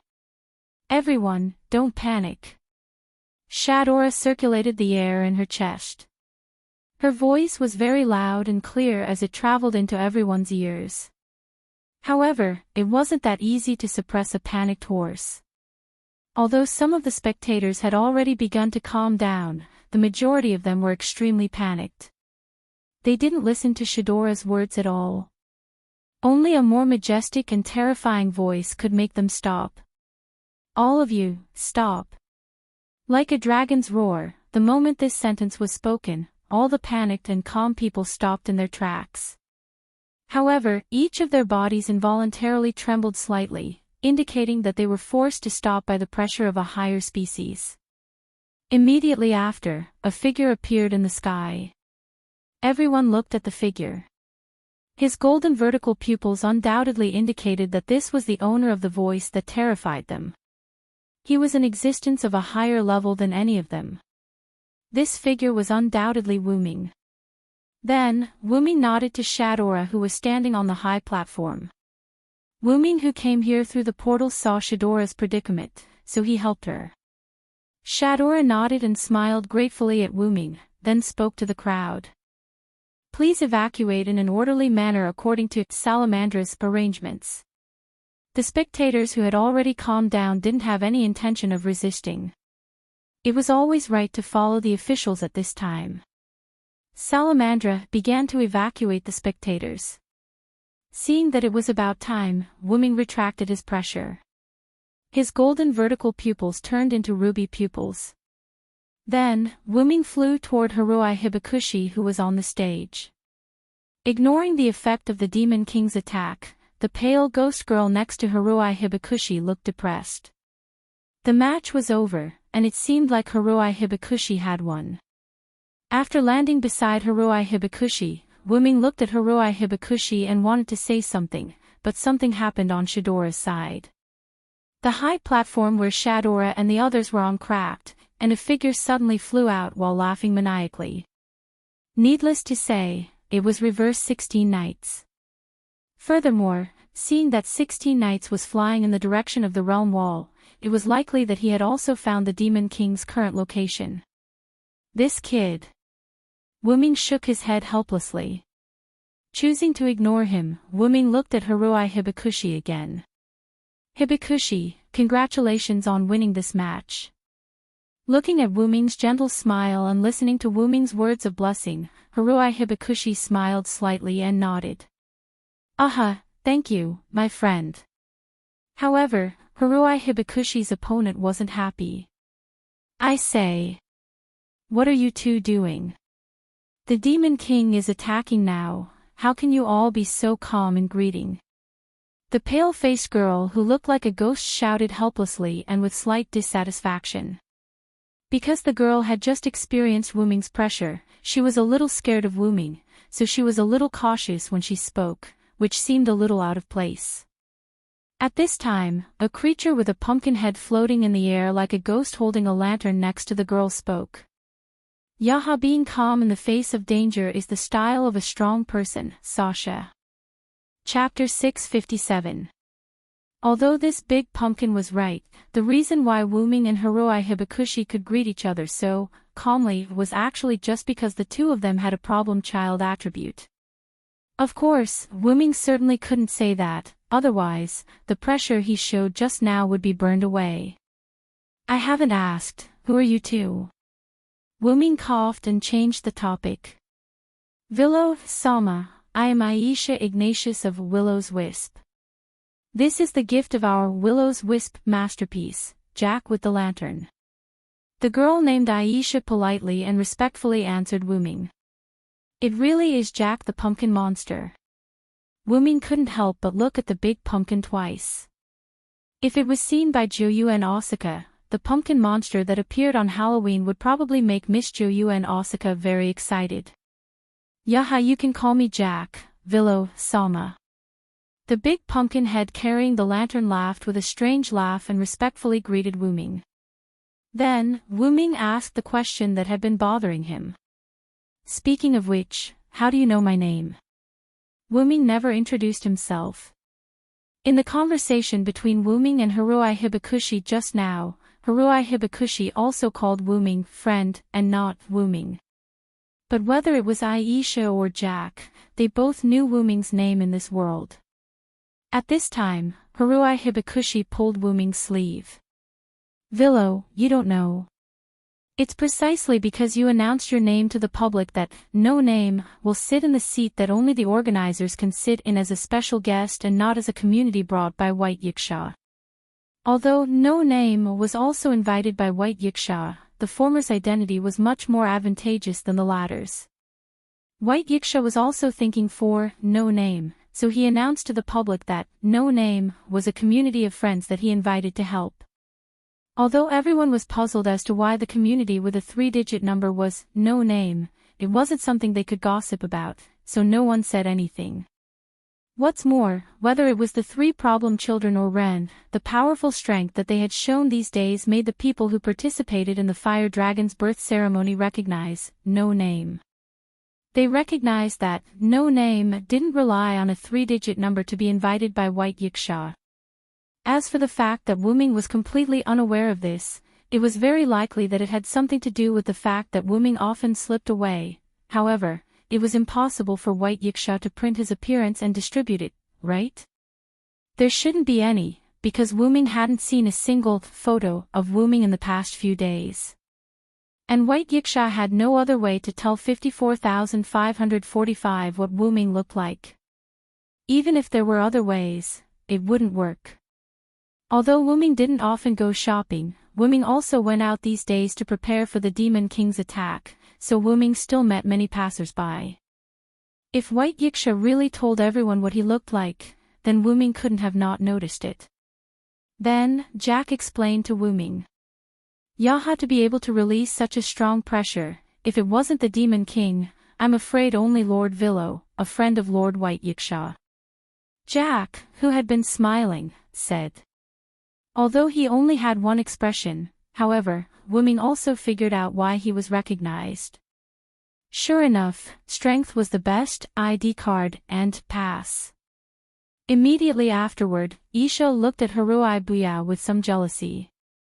I was still thinking about who that powerful flame belonged to. It turns out that the friend who helped you is Lord Villo, humph. I'll remember you, Haruai Buyao. Next time, I definitely won't lose. Jack, let's go. Isha said those words to Haruai Buyao, then jumped onto Jack's huge head. It wasn't that Isha wanted to run away. The Demon King's attack wasn't a small matter. Her community, Willow's Wisp, wasn't far from the outer gate of the 54545, but from Isha's point of view, it shouldn't be affected. However, although the Demon King's attack this time wouldn't affect her community's outer gate, she was still worried, so Isha wanted to go back to her community to take a look. And if there was nothing else, maybe she could bring some helpers to deal with the Demon King. Although the Demon King was a fear to most people, Isha wasn't afraid. Yaha, please don't mind, Miss Haruai Buyao. This is Isha's unique way of greeting. She recognizes you. Jack still used his unique laughter to reply. Jack, don't talk nonsense. It's time to go. Isha's face turned red in embarrassment, then she raised her hand and patted Jack's big pumpkin head. Yes, please forgive our rudeness. Yaha, Jack said goodbye to Wuming and Haruai Buyao, then flew away. After all, it was a pumpkin monster, so it was normal that it could fly. She's a little tsundere girl. Wuming didn't mind Isha's rudeness, and instead smiled as he watched Isha and Jack leave. Willow likes Tsundere girls. Haruai Biao tilted his head and looked at Wuming. I can't say that I like them. I'm just saying, don't take a seat with a code name, Wuming sighed, indicating that Haruai Biao was focusing on the wrong thing. Understood. Haruai Biao nodded seriously. Speaking of which, I feel like you've understood something strange. Speaking of which, how's my strength? Wuming didn't want to dwell on this topic. Very strong. Haruai Biao nodded, then reached out with one hand, and a white flame filled with holiness burned in Haruai Biao's palm. Indeed, that was Wuming's origin fire, so it was needless to say how strong it was. By burning the source of all things to destroy the opponent, this was a powerful weapon. It was worthy of being called the highest grade of human gift, as it could even borrow the origin dragon's flame. Wuming thought about it carefully, and it was normal for Haruai Biao to obtain the origin fire from him, because Wuming's ability wasn't limited to the origin fire, and only the origin fire was the most basic and strongest ability of the origin dragon. Wuming had always relied on things he learned from other worlds to fight, and if he was just an origin dragon, then the origin fire was indeed the signature ability of the origin dragon race. However, the origin fire wasn't so easy to control, and Haruai Biao clearly understood this. But this isn't something that I can control now. As soon as Haruai Biao finished speaking, the origin fire began to expand as if it was no longer under his control. If nothing unexpected happened, it would explode in a few seconds. However, Wuming was here, so there wouldn't be any problems for a long time. Wuming gently pressed on the origin fire, and the flame was absorbed into his body as if it had met the source. Little idiot, remember to throw it out quickly next time. If it explodes in your palm, even if you don't die, you'll lose a layer of skin. Wuming flicked Haruai Biao's forehead. Don't think that a grenade won't hurt you just because you know how to pull the pin. If you don't fully control this power, you'll hurt yourself if you use it carelessly. I relied on the explosion of this uncontrollable flame to win by surprise, Haruai Hiroyuki said calmly as he covered his forehead where he had been flicked. And I don't think I'll get hurt next to you. After all, the owner of this power was here, so how could he get hurt? I didn't make an agreement with you to protect you from getting hurt. It's better to be careful. However, although Wuming said this, Haruai Biao, who used Wuming's flame, was also another kind of Wuming's protection for Haruai Biao. Understood, Haruai Biao replied. However, the same answer as before gave Wuming a different experience. Then, they were beaten up by Black Rabbit. You two problematic children.